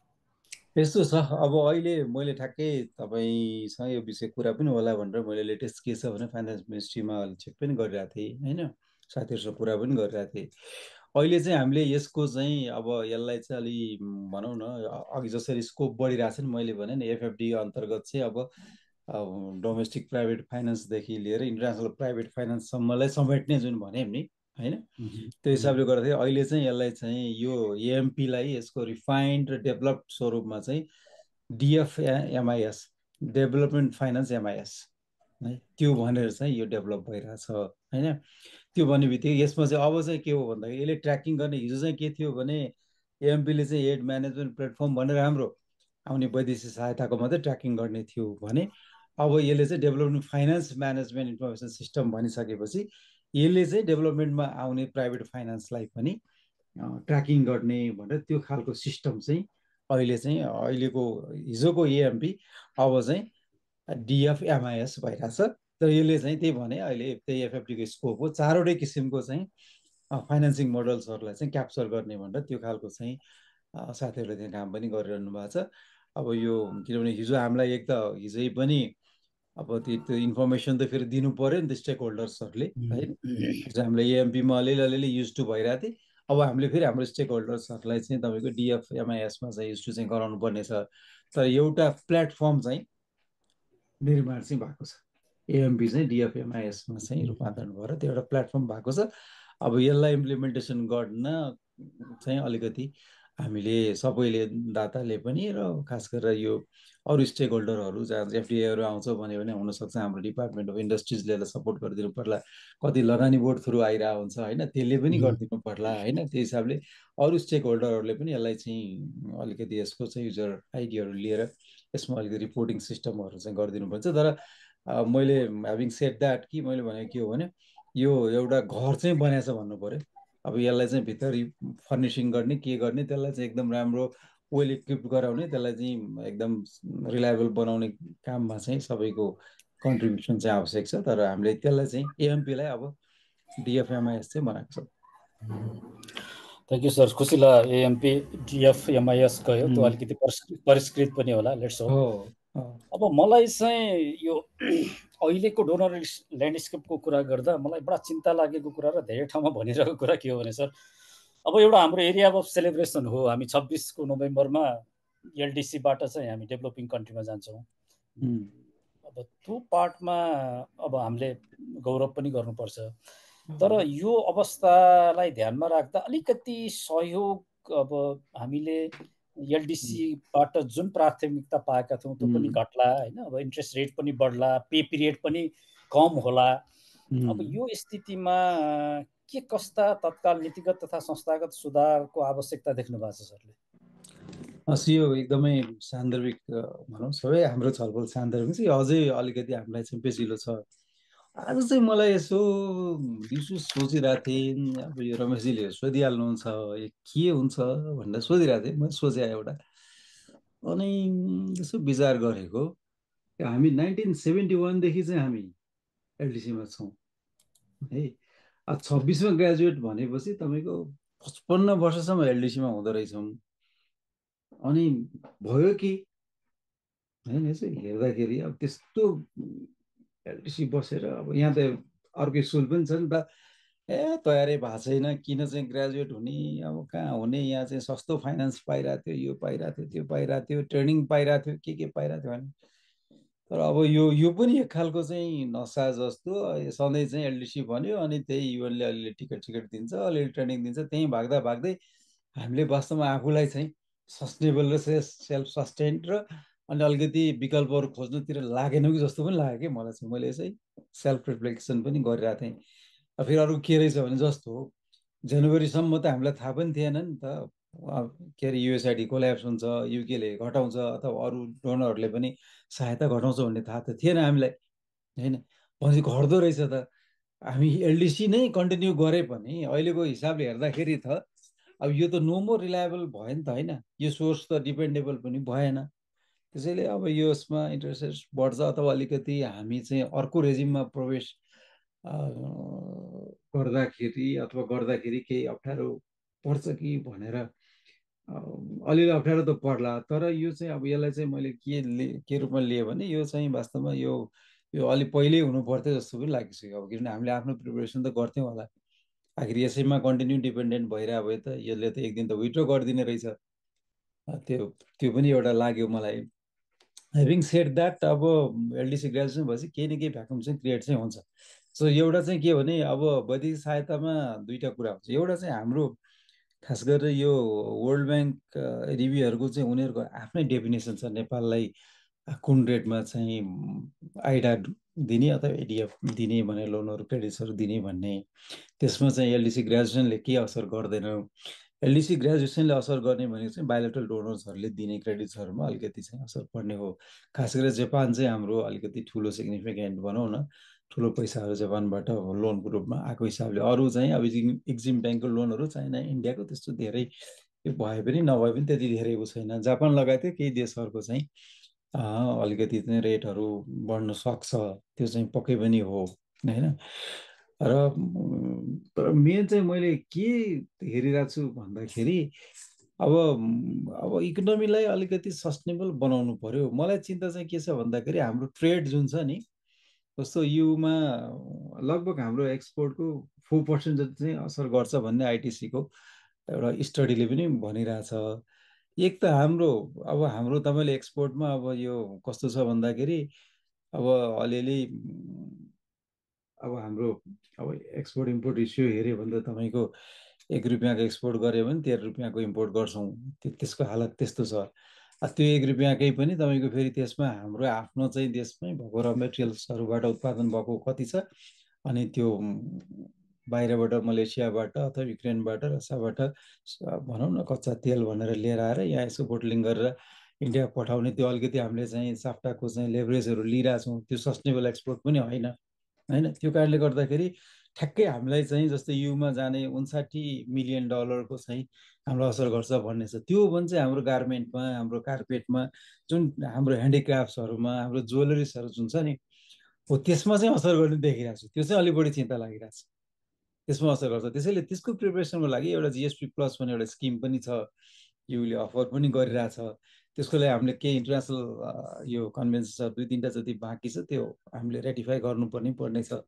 त्यो गऱ्यौँ भने लगभग अहिले एलडिसी हुँदा पाइरहेको हामीलाई चाहिँ जुन खालको चाहिँ ड्युटी फ्री कोटा फ्रीको जुन खालको सुविधाहरू छ, त्यो सुविधाको लगभग 60-70% जतिको रेट चाहिँ त्यो रेट चाहिँ हामीले पाउँछौँ। तर त्यसको लागि प्रिपरेसन हामीले गर्नुपर्ने छ।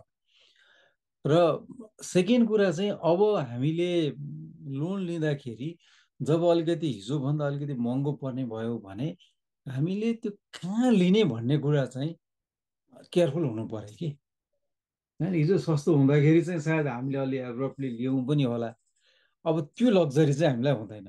अब त ठ्याक्कै हेर्नु पर्यो हामीले पनि, यो लोनको पैसा यहाँ इन्भेस्ट गरेपछि यसले चाहिँ कति क्यापिटल फर्मेसन गर्छ, कति इम्प्लोइमेन्ट जेनेरेट गर्छ, कुन लेभलको चाहिँ पब्लिक इन्फ्रास्ट्रक्चर यसले जेनेरेट गर्छ, र त्यसबाट चाहिँ वास्तवमै होइन इन्डस्ट्रियलाइजेसनमा, इम्प्लोइमेन्ट जेनेरेसनमा अथवा मान्छेको चाहिँ आय आर्जन बढाउनेमा सपोर्ट गर्छ। त्यो हेरेर मात्रै सेलेक्टिभ हिसाबले चाहिँ लोन लिनुपर्छ अथवा पैसा लिनुपर्छ भन्ने कुरातिर अलिक केयरफुल हुनुपर्छ।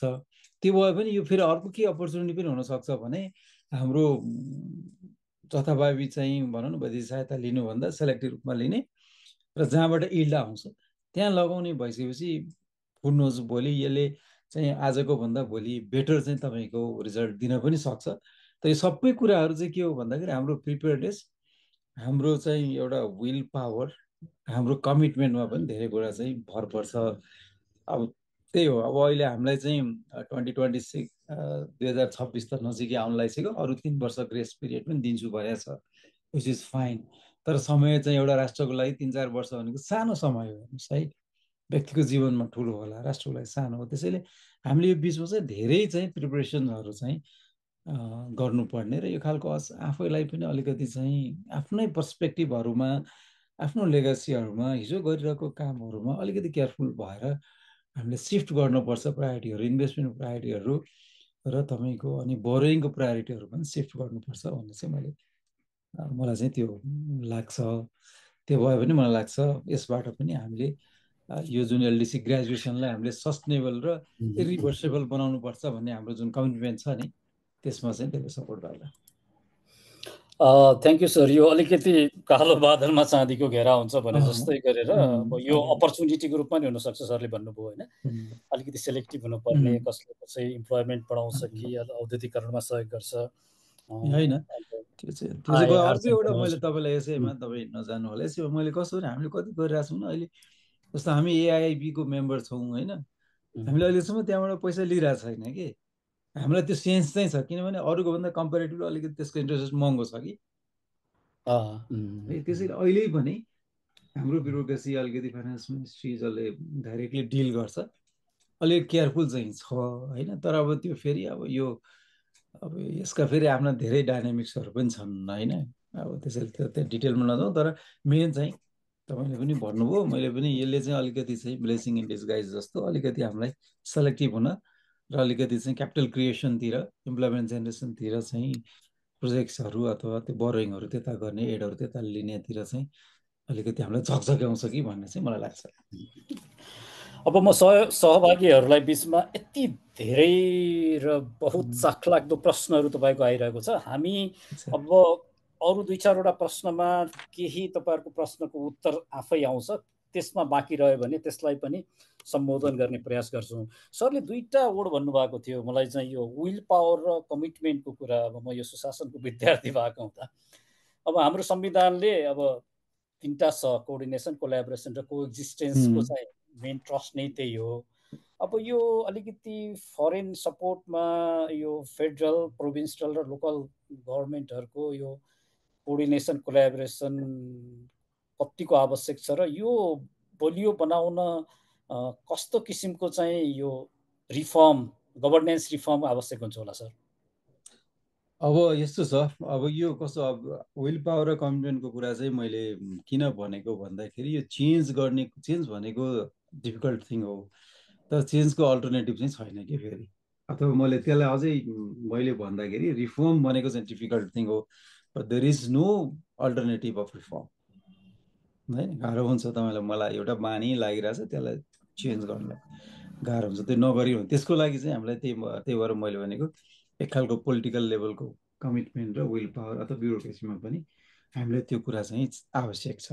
एउटा त्यो अब सेकेन्ड कस्तो छ भन्दाखेरि जस्तो अब अहिले हाम्रो चाहिँ कोअपरेटिभ फेडरलिजम भनौँ न होइन त्यो खालको फेडरलिजम हाम्रो संविधानले गरेको छ त्यसैले हामीले अहिले जति पनि कुरा गर्छौँ नेसन बिल्डिङको कुराहरू गर्दाखेरि प्रदेश र स्थानीय तहलाई आइसोलेट गरेर अथवा रिसोर्स मोबिलाइजेसनको कुरा गर्दाखेरि प्रदेश स्थानीय तहलाई आइसोलेट गरेर छुट्याएर हामीले गर्न सक्दैनौँ होइन त्यो कारणले गर्दाखेरि उनीहरूलाई अनबोर्ड गर्नुपर्ने आफ्नो ठाउँमा छ त्यो गर्नु पनि पर्छ अब कस्तो खालको रिफर्म गर्दाखेरि चाहिँ भनौँ न हाम्रो यो कोअपरेटिभ सङ्घीयता पनि भनौँ सक्सेसफुल हुन्छ अथवा संविधानले भनेअनुसार हामीले लागू गर्न सकिन्छ र हाम्रो जुन खालको रिसोर्स मोबिलाइजेसन छ त्यसले पनि रिटर्न दिन्छ भनेको अब यो यसमा कुनै त्यस्तो तपाईँको नयाँ जादुगर रिफर्मको कुरा पनि होइन जे कुरा अहिले हामीले सेन्टरमा फेल गरिरहेछौँ है अहिले त कस्तो देखिरहेछ भन्दाखेरि बाहिरतिर प्रदेशमा र स्थानीय तहमा पनि धेरै ठाउँमा चाहिँ तपाईँको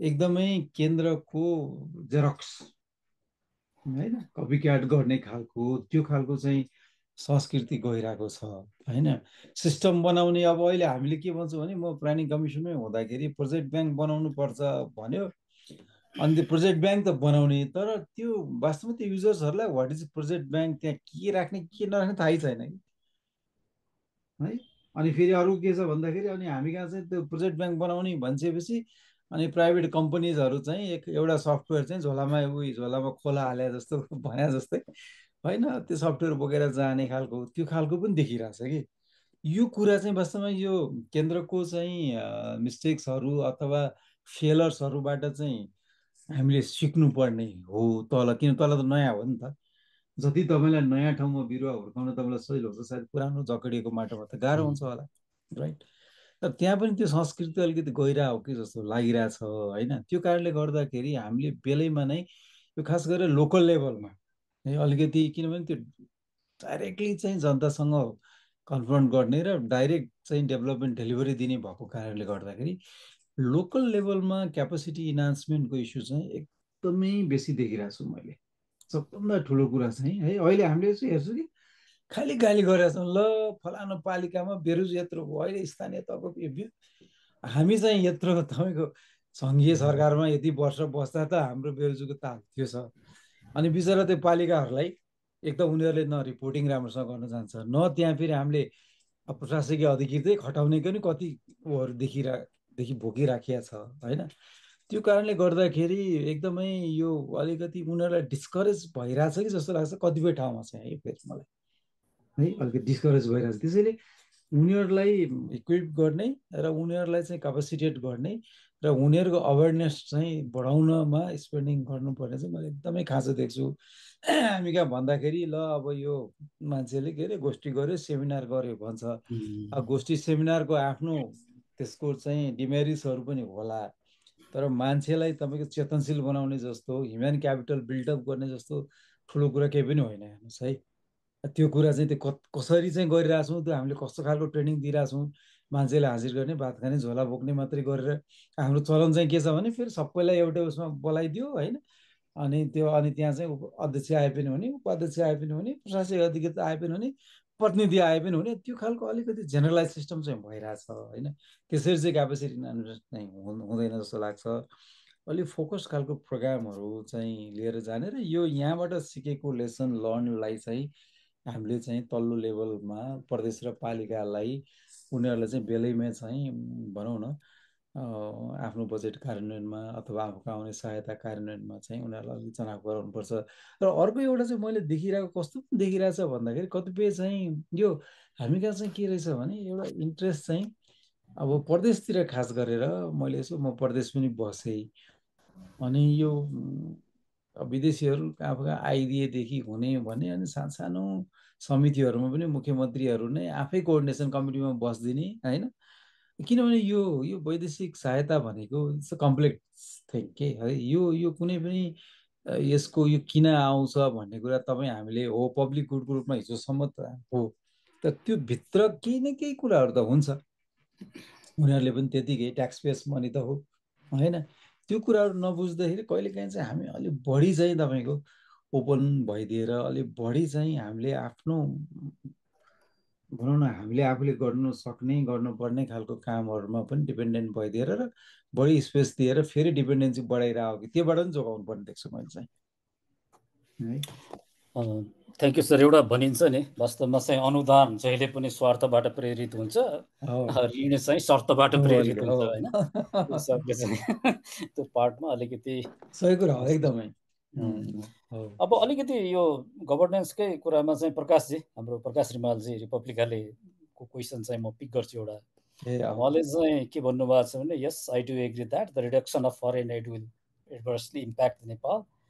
अब could this actually be a blessing in disguise in the longer terms and is our bureaucracy prepared to rather has require expertise to turn the crisis into an opportunity?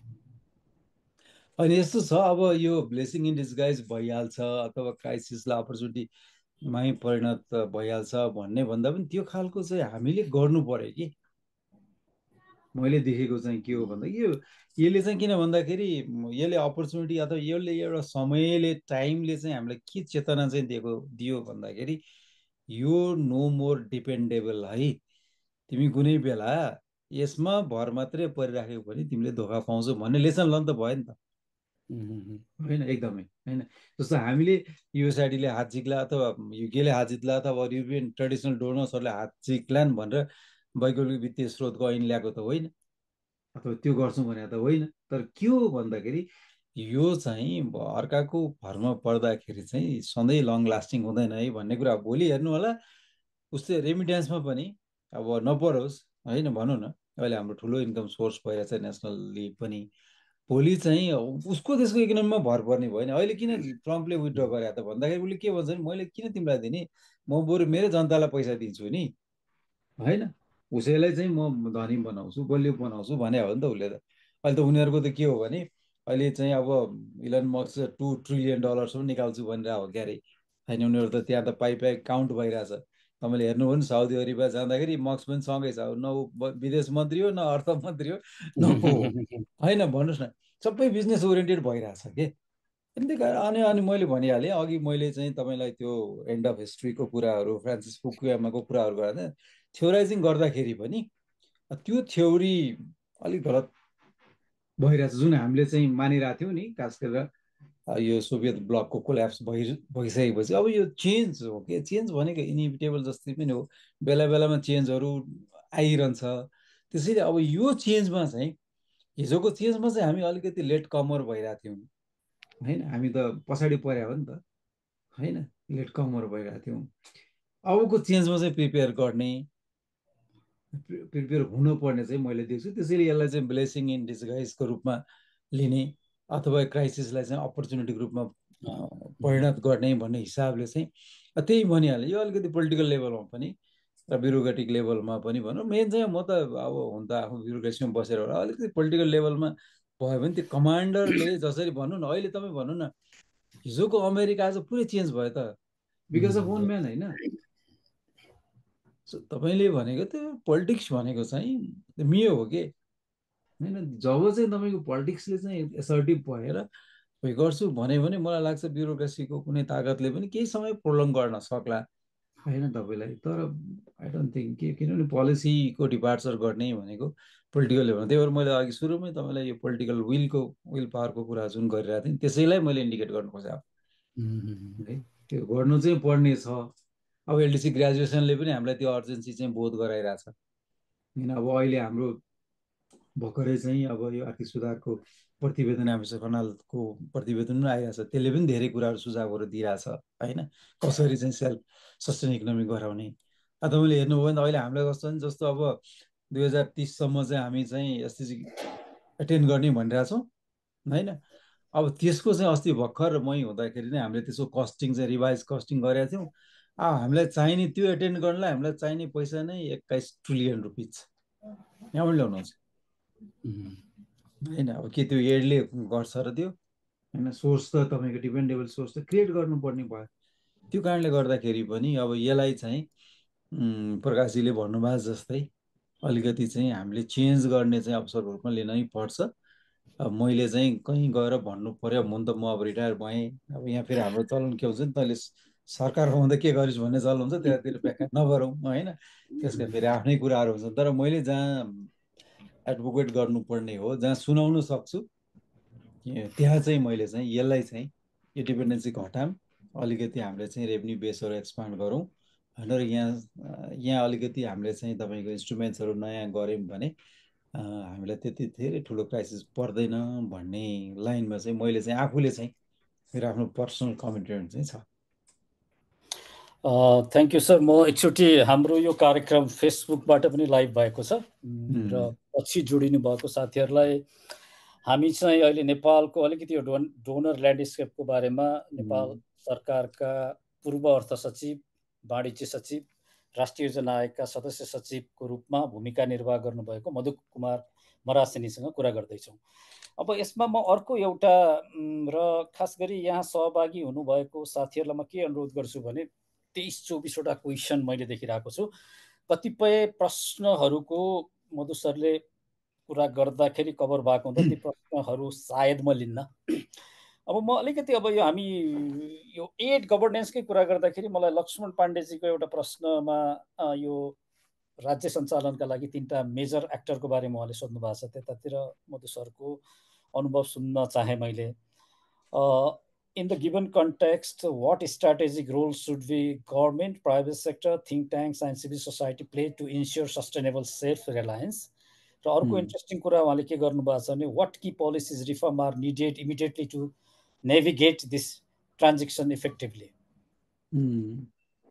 अब यस्तो छ, एकदम राम्रो प्रश्न गर्नुभयो। अहिले जति पनि अहिले पछिल्लो समयमा मैले यहाँहरूलाई जुन रेस्पोन्स गरिरहेको थिएँ रमेशजीलाई पनि, यो सस्टेनेबिलिटी कसरी होइन, सेल्फ रिलायन्स कसरी चाहिँ हामीले चाहिँ त्यो खालको बेस क्रिएट गर्ने भन्ने नै विषयमा हो अहिले मैले अघि भनेको पनि।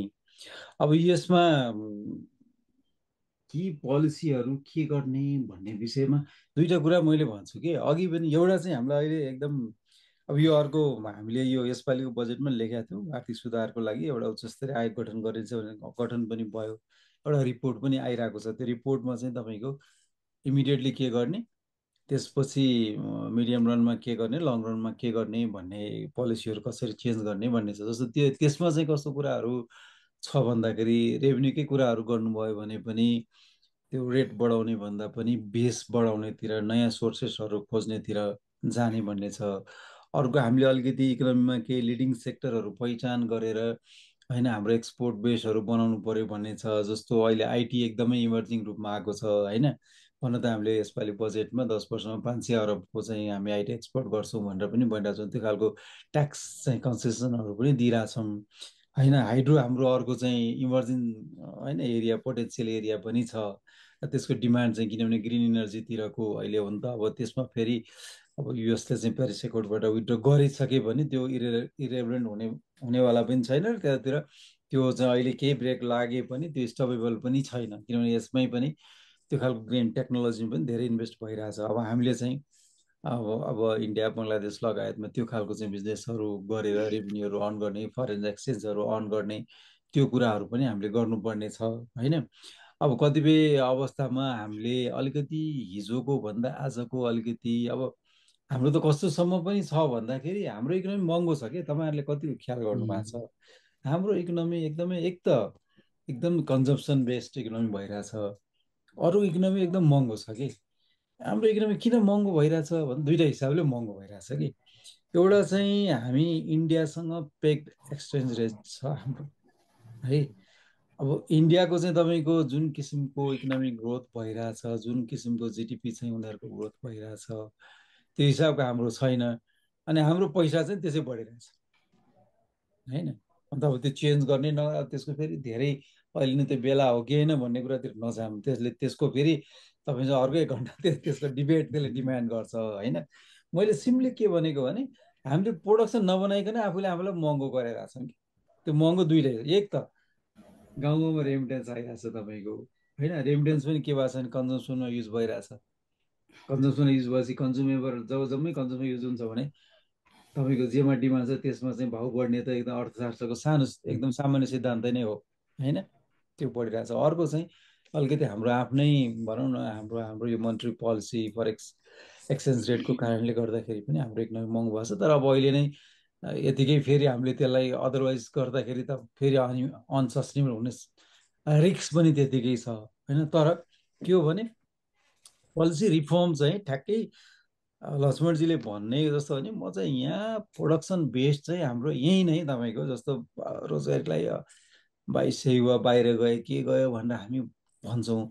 यहीँ प्रोडक्सन बढाउँ किन। मैले अर्को यहाँ पनि किन के रिफर्म गर्ने, त्यो प्रोडक्सन गर्नलाई कृषिमा के गर्नुपर्ने हो अथवा हाइड्रोमा के गर्नुपर्ने हो, आइटीमा के गर्नुपर्ने, टुरिज्म तपाईँको होइन भन्नु प्रकृतिले दिएको छ त हामीलाई होइन। त्यसमा चाहिँ रिफर्म गर्न के गर्नुपर्ने हो होइन। भएको फेसिलिटिजहरू कता बढाउनु पर्ने हो।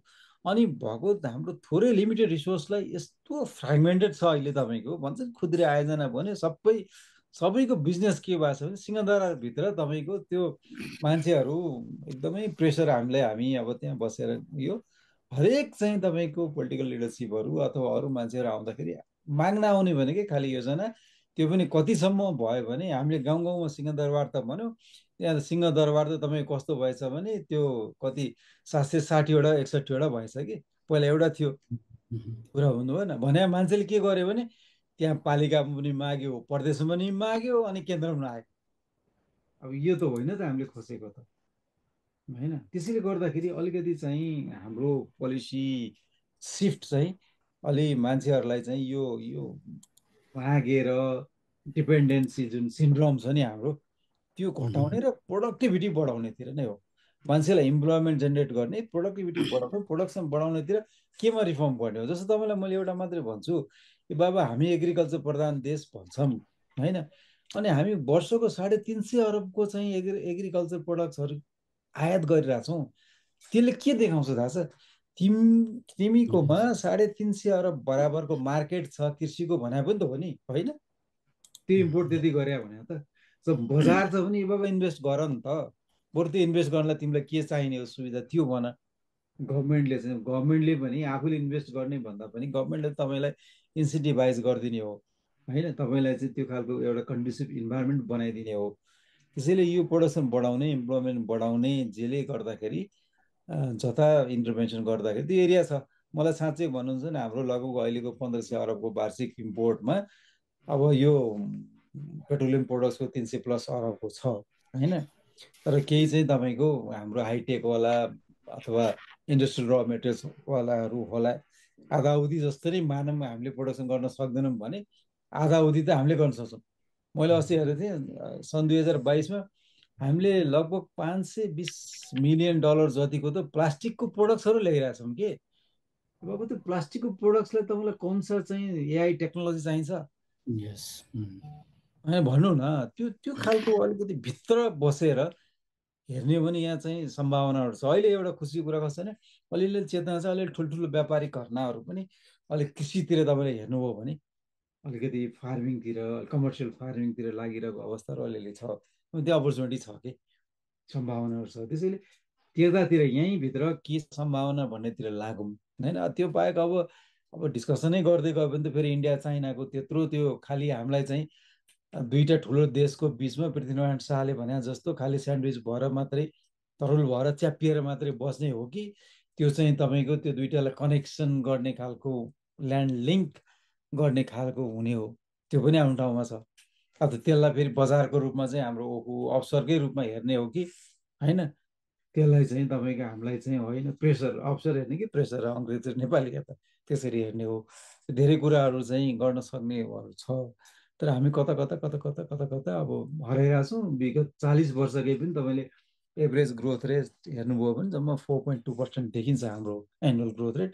त्यो चाहिँ हाम्रो जस्तो विकासशील देशको लागि चाहिँ सेटिस्फाइङ चाहिँ छैन होइन। अब त्यहीँबाट सुरु गर्नुपर्छ। तपाईँ म्युट हुनुहुन्छ, सुनिएन रमेशजी, सुनिएन। सरी सर, म अर्को एउटा प्रश्नमा स्मृतिजीको प्रश्नलाई पिक गरेँ। स्मृति लाखे सम्भवतः अहिले उहाँ युएसतिर हुनुहुन्छ होला। अब यो उहाँले के सोध्नु भएको छ भने sir, given the evolving landscape of foreign aid, is the still a meaningful role and demand for international assistant in countries like Nepal? अब यस्तो छ होइन, हामीले यो एक त मैले अघि नै भने नि अब रोल छैन। यस्तो छ कि अब एउटा म तपाईँले के भन्छ त्यो फर्नेड भनेको पैसाको रूपमा मात्रै पनि नहेरौँ भन्छु म। यो भनेको पनि तपाईँले नयाँ टेक्नोलोजी ल्याउने हिसाबमा, नयाँ स्किलहरू नलेज ल्याउने हिसाबमा पनि हेर्नु पर्यो है। त्यो हिसाबले हेर्दाखेरि टेक्नोलोजी नलेज भनेको कुरा त तपाईँलाई चाहिन्छ नै। हाम्रो जस्तो अहिलेको विकासोन्मुख देशलाई केही समयको लागि त्यो खालको सपोर्ट चाहिँ चाहिन्छ होइन। अब पैसाको मात्रै डिपेन्डेन्सी भन्ने कुरामा चाहिँ अब अहिले यसले कति कुन लेभलको भलरेबल रहेछ भन्ने कुरा त अहिलेको इन्सुरेन्सले पनि देखाइसक्यो होइन। तर केही न केही लेभलको तपाईँको हामीले के गर्नुपर्छ भन्दा जस्तो हाम्रो यस्तो छ कि अब यसमा दुईवटा कुरा छ। एउटा अब अहिलेसम्म हामीले डोनर भनेर खालि चाहिँ युरोपियन अमेरिकनलाई मात्रै हेरौँ। अब त साउथ कोलाबोरेसनतिर पनि जानु पर्यो होइन। ब्रिक्स इज अ डोनर होइन भन्नुहोस् न। अनि हाम्रो इन्डिया चाइनाको आफ्नै उनीहरू पनि धेरै माथि आइसकेको छ होइन। त्यसैले अलिकति स्ट्राटेजिक सिफ्ट चाहिँ गर्नुपर्छ कि, अलिकति स्ट्राटेजिक सिफ्ट गरेर त्यो न्यू नलेजहरू एक्वायर गर्ने। आजको मितिमा पनि तपाईँको के अरे चाइनाले एडिबीबाट वर्ल्ड ब्याङ्कबाट बरु गर्छ कि त्यो मलाई लाग्दैन उसलाई पैसा चाहिएर गरे होला। त के भने त्यसबाट केही नयाँ नलेजहरू, किनभने वर्ल्ड ब्याङ्कमा भन्नुहुन्छ भने तपाईँको 184 देश सदस्य छ भने त उसमा त स्टक अफ नलेज छ नि त, कहाँ बेस्ट प्र्याक्टिस, कहाँ के फिट भएको थियो, के छ, के हुन्छ के हुँदैन भन्ने कुरा। त्यसैले अब यो आइसोलेसनमा बसेर ठ्याक्कै चाहिँ एडको कट भयो अब म सबै केही पनि गर्दिनँ भन्ने भन्दा पनि अलिकति चाहिँ तपाईँले केही न केही इन्गेजमेन्ट चाहिँ गर्ने, तर ओरिएन्टेसन चाहिँ अब ट्रेडिसनल सोर्सतिर भन्दा अब न्यू सोर्सेसतिर लाग्ने, साउथ कोअपरेसन साउथ होइन, अथवा ब्रिक्स लगायत एआइबी लगायत यस्तो खालको कोलाबोरेसनतिर अलिकति चाहिँ हामीले अलिकति चाहिँ त्यसलाई चाहिँ डाइभर्सिफाई गर्नुपर्छ जस्तो चाहिँ मलाई लाग्छ होइन। ठ्याक्कै अब त यो त ब्ल्याक एन्ड व्हाइटमै चाहिँ काटिदिने छोडिदिने भन्ने पनि हुँदैन, अब पुरै डिपेन्डेन्ट गर्ने भन्ने पनि हुँदैन। र मैले भनिहालेँ aid is not only money होइन, it's a technology, it's a knowledge, it's a skill as well होइन। क्यापेसिटी इन्हान्समेन्टको कुराले गर्दाखेरि केही न केही हिसाबमा चाहिँ कुनै किसिमको सम्पर्कमा अथवा त्यो खालको सहयोग चाहिँ लिइराख्दा राम्रो हुन्छ भन्ने नै हो मलाई। र अलिकति डोनर चाहिँ डाइभर्सिफाई गर्नु पऱ्यो, नयाँ एरियातिर सिफ्ट गर्नु पऱ्यो। सरले गजब कुरा गर्नुभयो। वास्तवमा हामी खास गरी अनुदान अथवा यो ऋणको कुरा गर्दाखेरि पैसैको बढी सोध्छौँ। अब त्यसको सँगसँगै स्किल टेक्नोलोजी र नलेज त हो नि होइन सर? यस। अब म सरलाई अलिकति एउटा इन्ट्रेस्टिङ क्वेसन छ। गोपाल तिवारीजी हुनुहुन्छ नि हाम्रो नेपाल इकोनोमी एसोसिएसनको, उहाँले 2-3टा क्वेसन राख्नु भएको छ। गोपालजीको म यति टाइमले एलाउ गऱ्यो भने बाँकी 2टा क्वेसन पनि जाउँला। मलाई पनि इन्ट्रेस्ट लाग्यो Gopalji, thank you, interesting question. अब यो अलिकति जियो पोलिटिक्सको बारेमा उहाँले जान्न खोज्नु भएको छ। अब यो what will be the foreign aid landscape in future for country like Nepal in context of geo politics moving into the direction following the change in US political developments. अब definitely what will be the our alternate to cope of with unexpected सक?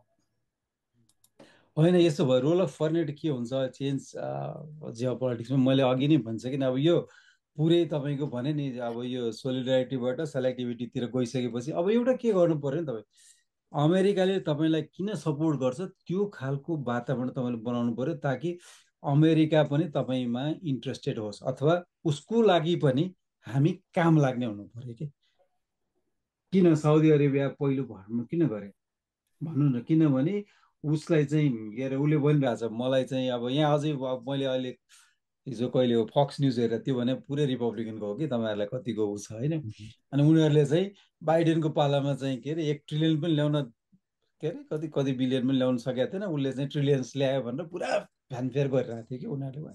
त्यो खालको चाहिँ गरिरहेछ। भन्नुको मतलब के हो भने हामी के हुनु पर्यो भने स्ट्राटेजिकल्ली डोनर कन्ट्रिजहरूको लागि इम्पोर्टेन्ट कन्ट्री हो भन्ने कुरा हामीले चाहिँ इस्टाब्लिस गर्न सक्यौँ भने हामी काम लाग्ने हो। अथवा भनौँ यो जियो पोलिटिक्समा हाम्रो रोल छ भन्ने कुरा इस्टाब्लिस गर्नु पर्यो कि। जस्तो हामी नेपाल भनौँ एकछिनलाई, हामी त एकदम सेन्सिटिभ ठाउँमा छौँ नि। इन्डिया र चाइना भनेको त अमेरिकाको लागि, युरोपको लागि अथवा उनीहरूको एकअर्काकै लागि पनि एकदम इन्ट्रेस्ट भएको देशहरू भयो, राइट? त्यो बिचमा छौँ हामी होइन। जियो पोलिटिकल्ली अब हाम्रो जियोग्राफिकल्ली नै हाम्रो सिचुएसन पनि एक हिसाबले त्यसको पनि अलिकति हामीले चाहिँ भ्यालु छ कि, त्यसको भ्यालु पनि छ होइन। र अरू इन्टरनेसनल चाहिँ तपाईँको प्लेटफर्म्सहरूमा हामी पनि एउटा चाहिँ की प्लेयर हुन सक्ने खालको त्यो खालको आफूलाई चाहिँ हामीले सक्षम बनाउनु पर्यो। त्यो प्लेटफर्म चाहिँ तपाईँको हाम्रो चाहिँ एउटा अब जस्तो ठिक छ फर्केट, अब हामीले एउटा नेपाल भएर सक्दैनौँ होला, तर डेभलपिङ कन्ट्रिजहरूकै एउटा ग्रुप बनायो भने त्यहाँ त हाम्रो पावर अलिक बलियो हुन्छ नि त होइन। एउटा भोइस हुन्छ नि त। त्यो हुने बित्तिकै के हुन्छ भने उनीहरूले फेरि हामीलाई हेर्नुपर्ने अवस्था हुनसक्छ। अथवा हामीले रिजनल भोइस चाहिँ अलिक स्ट्रङ गराउन पनि सक्नु पर्यो होइन। रिजनल भोइस स्ट्रङ गराउन सक्यो भने रिजन नै अलिकति बलियो हुने बित्तिकै त हामी त्यो रिजनल ग्रुपमा हामी छौँ भने त्यहाँबाट पनि हामीले चाहिँ मेनिफेस्ट गर्न सक्छौँ होइन। त्यो खालि अलिकति चाहिँ मैले भने अलिक रिक्यालिब्रेट चाहिँ यहाँनिर पनि हाम्रो स्ट्राटेजीमा पनि गोपालजीले राम्रो क्वेसन गर्नुभएको छ। यो चाहिँ स्ट्राटेजीमा हाम्रो इम्पोर्टेन्सी इस्टाब्लिस गर्नु पर्यो। त्यो तपाईँले इन्डिभिजुअल सक्नुहुन्छ कि तपाईँले रिजनल सक्नुहुन्छ कि अथवा लाइक माइन्डेड अफ्रिकाका एसियाका देशहरूको कुनै ग्रुप नयाँ फर्म गर्ने हो कि जहाँबाट चाहिँ यसको पनि, किनभने ट्रम्पले भनेको छ त सेलेक्टिभ हुँदाखेरि होइन, उसले सेलेक्ट हुँदाखेरि उसले के भन्छ मलाई त्यसले चाहिँ के दिन्छ त्यो आधारमा गर्छु भनेको छ नि त होइन। त्यसैले let us try to find where do we fit in terms of importancy use होइन, विदाउट कम्प्रोमाइजिङ आवर फन्डामेन्टल्स, हाम्रो सोभरेन्टीको, हाम्रो इन्टिग्रिटीको होइन, हामीले अप्नाइरहेको चाहिँ फरेन पोलिसीलाई कम्प्रोमाइज नगरिकन होइन हामी कहाँनिर चाहिँ हामीले चाहिँ हामी काम लाग्ने हो, नेपाल पनि इट्स अ इम्पोर्टेन्ट कन्ट्री भन्ने कुरा कसरी गर्नु, त्यो चाहिँ नयाँ स्पेस चाहिँ हामीले खोज्नुपर्छ। त्यो भयो भने चाहिँ मलाई लाग्छ हाम्रो रोल चाहिँ त्यहाँबाट फेरि चाहिँ रिस्टाब्लिस हुन्छ। अब अहिले त्यो हो, त्यसको लागि पनि एक खालको डिपार्चर अलिक नयाँ हेर्नको लागि पनि मलाई लाग्छ यो चाहिँ राम्रो अपर्च्युनिटी मुभमेन्ट चाहिँ हो जस्तो लाग्छ मलाई। भनेपछि हामीले हाम्रो औचित्यता बढाउने र हाम्रो उचाइ बढायो भने हो नि। त्यो भएपछि त उसले भनेको छ त मैले के पाउँछु त्यो आधारमा सहयोग गर्छु भनेको छ त होइन। अब म अर्को एउटा जुन विषयलाई नेपाल सरकारमा काम गर्दा सरले बडा नजिकबाट हेर्नु भएको छ, यो आत्माराम सत्यालजी सायद मेरो विचारमा यो एनएनआरएफएफसी राष्ट्रिय प्राकृतिक स्रोत तथा वित्त आयोगमा सम्बन्धित पनि हुनुहुन्छ जस्तो लाग्यो मलाई। उहाँले के सोध्नु भएको छ भने हामीले राष्ट्रिय प्राकृतिक स्रोत तथा वित्त आयोगको दायरा र प्रक्रियामा विकास साझेदारहरूलाई कसरी समावेश गर्न सक्छौँ भन्नुभएको छ। यस्तो हो अब अहिले विकास साझेदारहरूलाई अब यस्तो हो कि यसको भनेको चाहिँ वास्तवमा एनएनआरएफसीको चाहिँ अब त्यहाँको क्यापेसिटी इन्हान्समेन्टमा चाहिँ इन्भल्भ गर्ने एउटा कुरा हो। नत्र नेचुरल रिसोर्सेसहरू डिस्ट्रिब्युसन गर्ने, त्यसको स्टकहरू बनाउने, प्रोफाइल बनाउने, इन्भेन्ट्री बनाउने भनेको it's a very sensitive thing also है। त्यो हाम्रो चाहिँ धेरै सेन्सिटिभ कुरा पनि हो। त्यसैले र बिचमा एउटा चाहिँ मैले एउटा विवाद पनि पढिरहेको थिएँ। त्यो वास्तवमा त्यहाँ चाहिँ डोनरसँग केही भित्रै उहरू नेक्सस के भयो भनेर पनि अलिकति त्यहाँ एनएनआरएफसीको पनि अलिअलि कुराहरू बाहिर पनि आइरहेको थियो। त्यसैले यो देशको नेचुरल रिसोर्सहरू मान्छेले चाहिँ अलिकति चाहिँ त्यसलाई सिक्रेट पनि अलिकति भनौँ न, त्यसको ओनरसिप चाहिँ आफैसँग राख्ने। मैले किन अब अहिलेको जमाना सेक्रेट त के होला र, राइट। तर त्यसको के भने तपाईँले धेरै चाहिँ डोनरहरूलाई त्यहाँ छिराउनु भयो भने भोलि तपाईँको से कम हुनसक्छ। हुन त आजको स्थितिमा फेरि डोनर छिर्ने अवस्था पनि कम छ, तर डोनर त्यति बेला छिर्न सक्छ जहाँनिर तपाईँको ठुलो माइनिङहरू पाउनुभयो भने त्यहाँ इन्ट्रेस्टेड हुन पनि सक्छ फेरि। किनभने मुस्ताङको एउटा हामीले चाहिँ युरेनियमको इन्सिडेन्स त हामीले अलिअलि भनौँ न सुनेका छौँ, भोगेका पनि छौँ। त्यसैले मलाई चाहिँ के लाग्छ भने एनएनआरएफसी भित्र धेरै डोनर छिराउनु भन्दा पनि अलिकति त्यो संस्थालाई बलियो बनाउने, क्यापेसिटी इन्हान्समेन्ट, ट्रेनिङ, अवेरनेसको लागि चाहिँ एक खालको सपोर्ट गर्ने होला। त्यो बाहेक अरू कुरामा चाहिँ त्यहाँभित्र चाहिँ त्यति धेरै चाहिँ इन्भल्भ गराउनु हुन्छ जस्तो मलाई चाहिँ लाग्दैन। It's very sensitive. यस, एकचोटि इस्यु पनि भइसकेको छ फेरि। त्यही त। अब मसँग मेघराज सोनी, रोशन श्रेष्ठ र मदन राज जोशीजीको तिनटै प्रश्नको मधु सरले पहिला कुरा गर्दा रेस्पोन्स गर्नुभएको छ। मेघराजजीले अलिकति अल्टरनेट मेजरको बारेमा कुरा गर्नुभएको थियो, त्यो आइसकेको छ। रोशनजीको it's a really good questions, 3 level of गभर्मेन्टको कलेक्टिभिटी लोकल इकोनोमिक डेभलपमेन्टमा त्यो पनि आएको छ। मदन राज जोशीजीको US8 पछिको डोनर रिडक्सनको इम्प्याक्ट, त्यो पनि हामीले कुरा गरिसकेका छौँ। अब अलिकति एउटा अलि फरक प्रश्न छ कुशल नेउपानेजी, धन्यवाद तपाईँलाई। How we can strength disability community after the reduction in the support?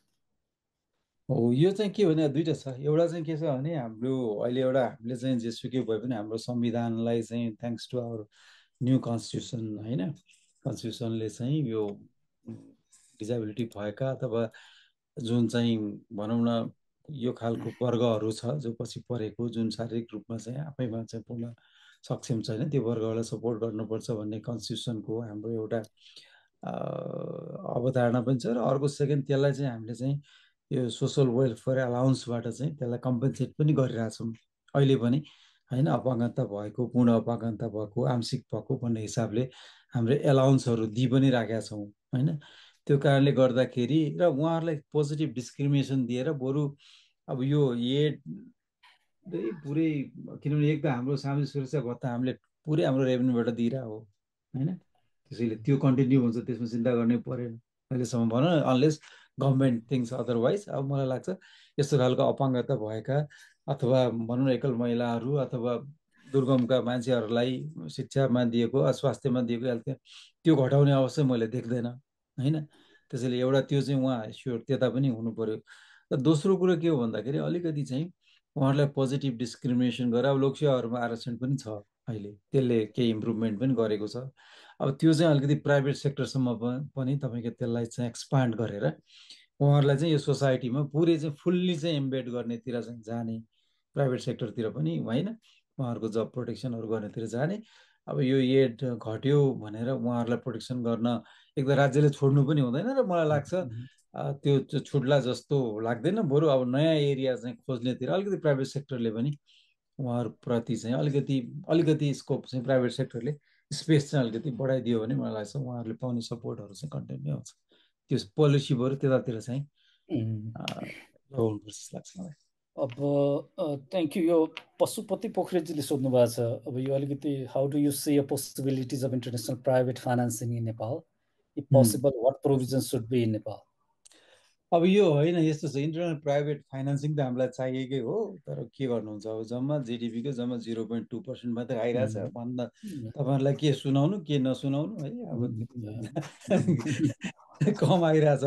तर यस्तो छ, अब प्राइभेट फाइनेन्स भनेको तपाईँको इट्स नट अ च्यारिटी होइन, किन आउँछ भन्दाखेरि उसले नेपालमा भन्दा बढी नाफा इन्डियामा पायो भने उतै जान्छ नि, why should he or she come to Nepal, right? So यहाँ पनि अलिकति के हो भन्दाखेरि तिम्रो लगानीको एस्योरेन्स छ, यो सेक्टरमा लगानी गर्यो भने तिम्रो रिटर्न ग्यारेन्टेड छ, तिम्रो प्रफिट ग्यारेन्टेड छ, अनि मैले चाहिँ तिमीलाई यो ओन स्टक सर्भिस दिन्छु होइन, यो फरेक्स चाहिँ तिमीलाई एक्सचेन्जको सर्भिस दिन्छु, तिम्रो सम्पत्ति राष्ट्रियकरण गर्दिनँ भनेर अलिक कानुनी प्रोटेक्सन हुन त छ हामी कहाँ, नभएको होइन, त्यो सबै चिजहरू छ।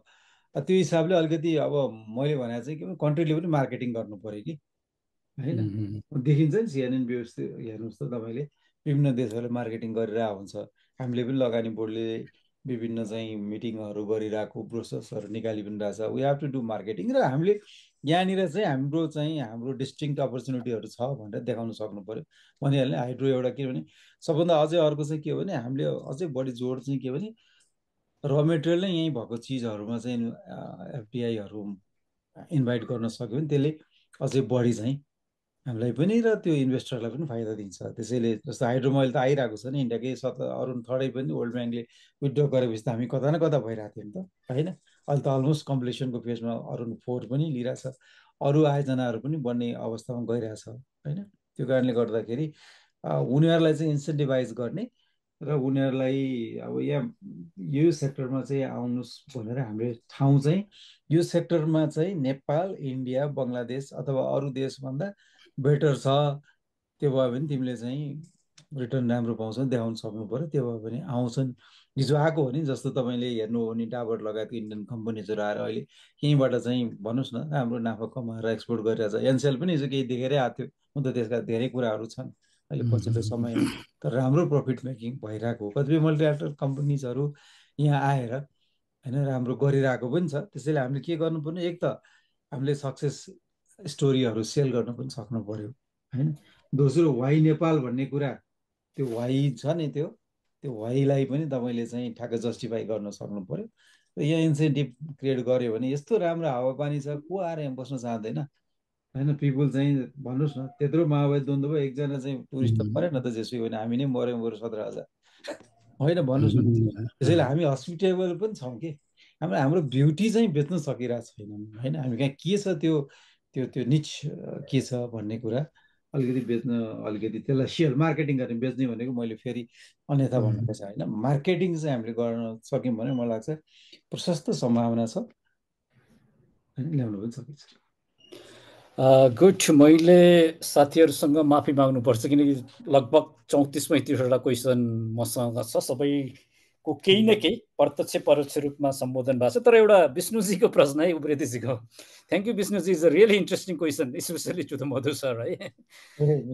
Could you please highlight if a need for the bureaucratic reform भनेर सोध्नुहुन्छ। के अरे ब्युरोक्रेटिक रिफर्मको कुरा सोध्नुहुन्छ उहाँले। ए होइन, ब्युरोक्रेटिक रिफर्म त यस्तो छ, साँच्चै मलाई भन्नुहुन्छ भने हामीलाई तलब बढाइदिने, सङ्ख्या घटाइदिने, म त एकदम फ्ल्याट है। अहिले नै पनि नेपाल सरकारकै भन्नुहोस् न, विशिष्ट श्रेणीको दरबन्दी 70 जना जति छ,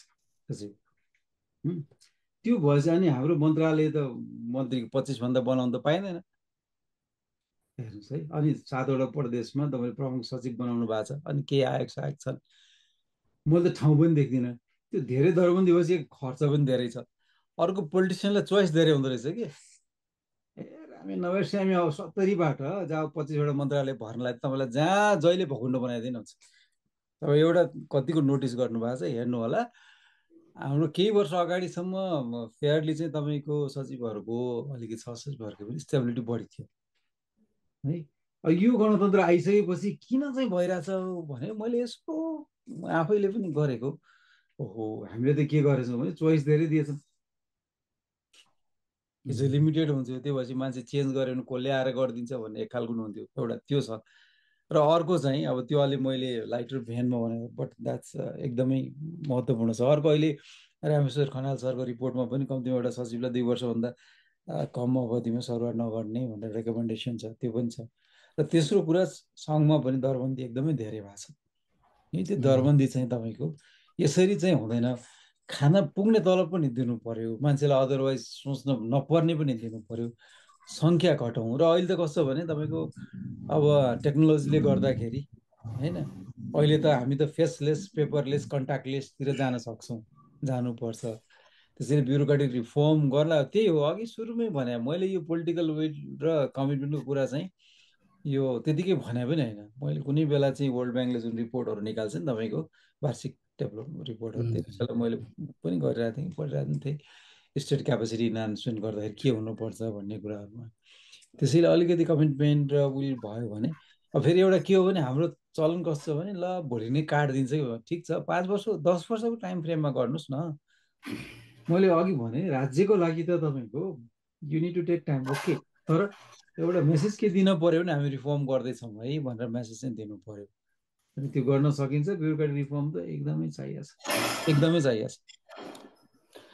अब एउटा चाहिँ थ्याङ्क यू सर। अब मसँग वास्तवमा गोपालजी थ्याङ्क यू है, तपाईँको 3टा is a very burning questions. Sorry as a सबै पिक गर्न सकिएन।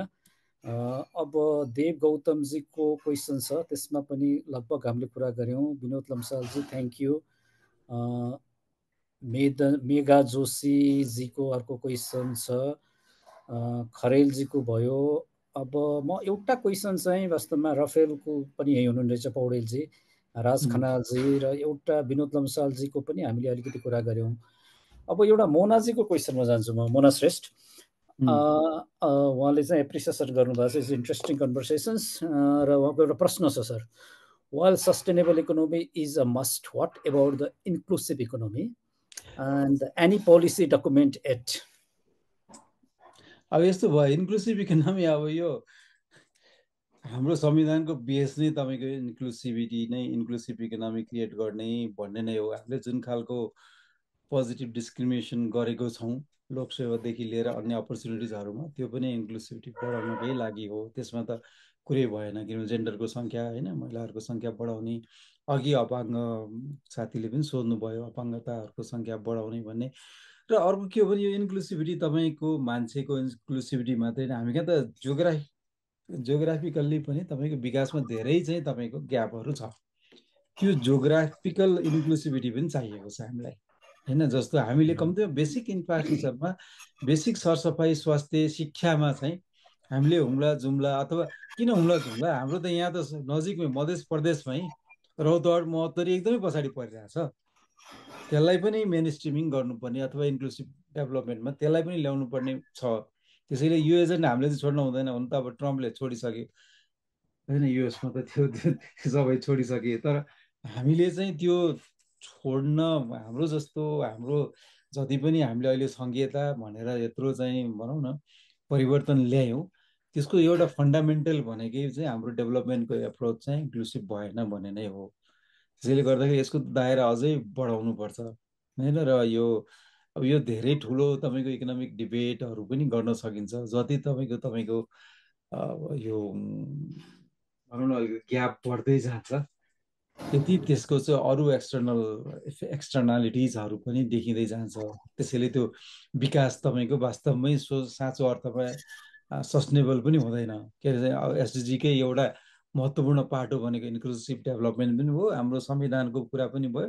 हामीले त्यो डिरेक्सनमा चाहिँ तपाईँको हाम्रो पोलिसिसहरू गरि पनि रहेछौँ। त्यसैले यसमा त बाहिरको पोलिसी, युएस पोलिसीमा उनीहरूले चाहिँ अलिकति अहिले चाहिँ अब चेन्ज गरे पनि, मैले तपाईँले कतिको गर्नुभयो के अरे साउथ अफ्रिकामा हो के अरे यो G20को मिटिङ के त्योभन्दा अगाडिको कुन मिटिङमा युएस मार्को रुबियो जानुपर्नेमा ट्रम्पै जानुपर्ने थियो हेरमा, त्यहाँ चाहिँ हेरेको उसले चाहिँ त्यहाँ त इन्क्लुसिभ एजेन्डामा डिस्कसन हुने रहेछ भने जाँदै गएन।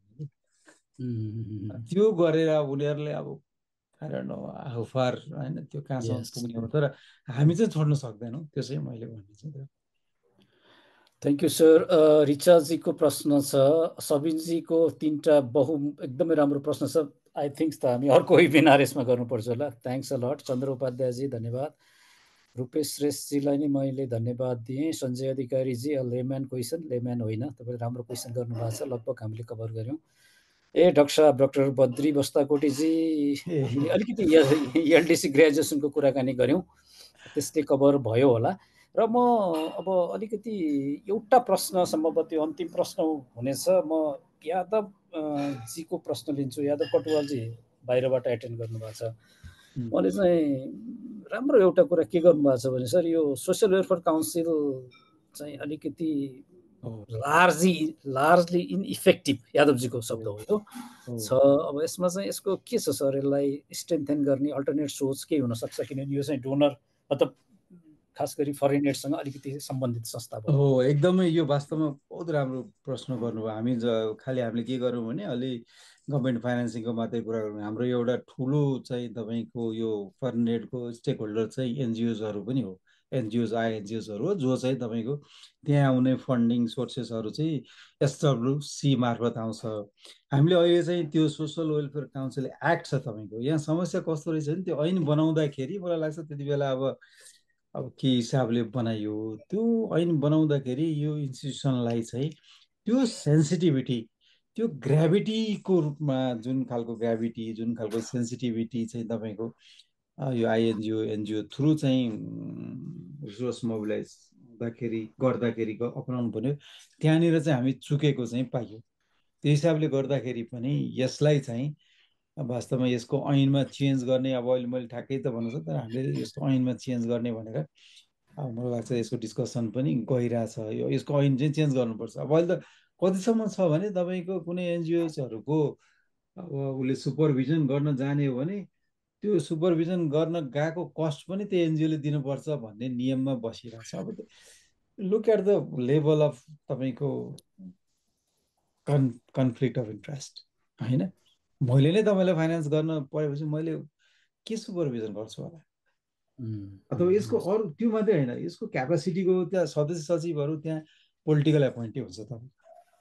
अब मन्त्री चेन्ज भयो भने के भयो भने अब त्यो खालको अलिकति चाहिँ पोलिटिकल इन्ट्रेस्टमा हुन त। अब अहिले कुन चाहिँ संस्था चाहिँ निष्क्रिय छ र तै पनि यसले चाहिँ किन त्यत्रो ठुलो चाहिँ होल्ड अफ तपाईँको चाहिँ एड मोबिलाइज गर्ने हुँदाहुँदै पनि यसमा जुन खालको चाहिँ स्टेटको चाहिँ एटेन्सन पुग्नु पर्ने हो, यसमा जुन खालको क्यापेसिटी इन्हान्स हुनुपर्ने हो, यसको पोलिसी र यसको लजहरूलाई जसरी टाइमली अथवा यसको इन्स्टिट्युसनलाई जसरी टाइमली चेन्ज गर्नुपर्ने, त्यो चाहिँ हामीले गर्न नसकिरहेको अवस्था छ। हामीले चाहिँ पछि अर्थ मन्त्रालयमै हुँदाखेरि पनि अलिकति यसलाई स्ट्रेन्थेन गर्नको लागि प्रयास पनि गऱ्यौँ। एउटा समितिहरू पनि हामीले बनाएको थियौँ र त्यहाँ कम्तीमा त्यहाँबाट सेलेक्सन हुने प्रोजेक्ट्सहरूमा अर्थ मन्त्रालयको वैदेशिक अथवा अहिलेको अन्तर्राष्ट्रिय सहायता महाशाखाको एकजना प्रतिनिधि पनि राख्ने। त्यो भयो भने उसले कम्ती गभर्मेन्टको पोलिसी के हो, कता गर्ने उसले थाहा पाउँछ नि त, त्यो पनि गर्ने भनेर त्यो सिस्टम पनि हामीले इन्ट्रोड्युस चाहिँ गरिरहेको हो। तर स्टिल म चाहिँ यादवजीसँग एकदमै खुसी पनि लाग्यो, यो एरिया चाहिँ भलरेबल चाहिँ भइरहेको। एसडब्ल्युसी चाहिँ अलिकति चाहिँ तपाईँको एउटा ब्ल्याक स्पट भनौँ न, अलिकति कहीँ न कहीँ हामीले होल चाहिँ तपाईँको डिस्कोर्स चाहिँ वैदेशिक सहायता गर्दाखेरि खालि चाहिँ पब्लिक इन्भेस्टमेन्ट अथवा गभर्मेन्ट थ्रु आउनेतिर मात्रै बढी डिस्कसन हुने, त्यता मात्रै मान्छेको ध्यान जाने, अनि यता आइएनजिओ अथवा एनजिओतिर खास गरेर जाँदाखेरि अलिकति कम भएको चाहिँ देखिन्छ। यसलाई चाहिँ सुधार गर्नुपर्ने, यसको एक्टमा नै सुधार गर्नुपर्ने र यसलाई अलिकति चाहिँ तपाईँको स्ट्रङ इन्स्टिट्युसनल रूपमा बिल्डअप गर्नुपर्ने पनि छ। त्यसमा चाहिँ यादवजीलाई धन्यवाद पनि दिन चाहन्छु। वास्तवमा यो पाटो चाहिँ थ्याङ्क यू सर। वास्तवमा चाहिँ यो 1.5 घन्टा लगभग एकदमै बडा मजासँग कुराकानी अगाडि बढ्यो। म यसको विद्यार्थीको हिसाबले मैले धेरै कुरा सिक्ने अवसर पाएँ। यही अध्ययन गर्नुपर्ने उत्सुकता नि मलाई जाग्यो। सरको समय र संवाद र यो लामो अनुभव सेयर गरिदिनु भयो, यसको लागि धन्यवाद। र म चाहिँ सबैको प्रश्न समेट्न सकिनँ, सरी फर द्याट। ल over to you Roshan, thank you. मैले पनि त केही भन्नु पर्यो नि है। ल अब रमेशजी धेरै धन्यवाद। अब ठ्याक्क त्यही हुनुहुन्छ। मलाई नि वही त्यो के अरे कहिले कहिले कमेडी सो हेर्दा मजा आयो भने जस्तो मजा आइरहेछ होइन, रमाइलो भइरहेछ है। अब अलिअलि गफ गर्न पाइयो नयाँ अलिकति। अब यो किनभने यो नयाँ नयाँ छ नि त अहिलेको चेन्ज है, त्यही हिसाबले एकदम भयो। र सबै पार्टिसिपेन्ट्सहरूलाई साथीहरूले कस्तो राम्रो प्रश्न सोध्नु भएको छ। मलाई लाग्छ त्यहाँ अब धेरै प्रश्नहरू पनि थियो होला, अब सबै समयको पाबन्दीले गर्दाखेरि एड्रेस गर्न पाइएन। तर पनि हामी यो खालको डिस्कसन होइन पछि पनि गर्छौँ नि, जारी गर्छौँ। सबै जति पार्टिसिपेन्ट्स हुनुभयो साथीहरू, उहाँहरूलाई मेरो तर्फबाट पनि हार्दिक धन्यवाद दिन चाहन्छु। रोशनजी ल अब थ्याङ्क यू, हुन्छ धेरै धेरै रमेशलाई धन्यवाद मधु सर, रमेश दाई। मधु सरले भन्नुभयो जस्तै म पनि मजा आयो भन्न आँट्दै थिएँ, हजुर आफैले भन्नुभयो। होइन त्यस्तै अप्ठ्यारो यो चाहिँ सरको क्लास चाहिँ एउटा सानोतिनो मास्टर क्लास नै जतिको भयो। आज वैदेशिक सहयोगको बारेमा कुरा गर्दै थियौँ। यो ठिकै छ 1.5 धन्यवाद घन्टामा धेरै कुरा कभर गर्नुभयो हजुरले। अब अहिले यो वैदेशिक रोजगार जसरी चेन्ज भइरहेछ, परम्परागत डोनरदेखि लिएर कसरी ट्रान्ज्याक्सनल कुराहरू भइरहेछ, अब युएसको इक्जाम्पल पनि दिनुभयो हजुरले। त्यसै गरी मलाई चाहिँ अब चेन्ज भन्ने कुरालाई चाहिँ अब यसलाई चाहिँ हुनैपर्छ, त्यो चाहिँ हुनैपर्ने भन्ने कुरा पनि गर्नुभयो। साथसाथै मलाई चाहिँ तपाईँले भन्नुभएको त्यो जहिले पनि फरेन एड भन्ने बित्तिकै पैसा मात्र होइन, योसँग आउने स्किल, योसँग आउने अरू नलेज पनि हाम्रो लागि इम्पोर्टेन्ट छ, हाम्रो देश भन्ने कुराको कुरा पनि एकदम मन पर्यो। साथसाथै हजुरले अब यहाँनिर एलडिटी ग्रेजुएसनको कुरादेखि लिएर फेडरलिजममा अहिले अब नगरपालिकाहरूको प्रदेशको कामहरूको बारेमा धेरै कुराहरू कभर भएको छ। सरको विज्ञताको लागि, सरको स्पिचको लागि आज धेरै धेरै धन्यवाद दिन चाहन्छु। फेरि एकताली जसले चाहिँ छुटाउनु भएको छ उहाँहरूले चाहिँ हाम्रो रेकर्डिङहरू चाहिँ फेसबुकमा पनि लाइभ भइरहेको भएर त्यहाँ पनि हुन्छ, गएर केही छुटेको छ भने गएर सुन्नु होला। त्यसै गरी हामी युट्युबमा पनि अपलोड गर्छौँ। मधु सरलाई धेरै धेरै धन्यवाद। त्यसै गरी रमेश सरले यो सिरिजलाई चाहिँ एज अ सहजकर्ताको रूपमा यो त चौथो 5औँ एपिसोड दाइले गरिसक्नु भएको छ। सधैँभरि दाइको तयारी, दाइले प्रश्न सोध्दैबाट पनि हामीले धेरै कुरा सिक्छौँ। दाइलाई पनि सहजीकरणको लागि धेरै धेरै धन्यवाद। साथसाथै अझै पनि 41 जना प्लस फेसबुकमा पनि हेरिराख्नु भएको छ। सबैजना हेर्ने अब दर्शकहरू प्रश्नको लागि धन्यवाद दिँदै आजको यो हाम्रो वेबिनार यहीँ सकाउँछौँ। अर्को महिना फेरि नयाँ केही टपिकमा हामी फेरि होपफुली अर्को हप्ता नै एनाउन्स गर्छौँ। हजुरहरूले फेरि पनि जोइन गर्नुहुन्छ भन्ने कामनाका साथ आजको यो वेबिनारबाट बिदा लिन चाहन्छु। धेरै धेरै थ्याङ्क यू। ल सबै साथीहरूलाई धेरै धन्यवाद। आइडिआईलाई पनि रोशनजी, सुमनजी, रमेशजी सबैलाई गुड नाइट। अब अब अरू चाहिँ गुड आफ्टरनुन, गुड मर्निङ, आफ्नो आफ्नो इलाका अनुसार लिऊ है। ल मजा आयो। ल धन्यवाद सर, हस् ल, थ्याङ्क यू ल, थ्याङ्क यू बाबा, हस् थ्याङ्क यू ल।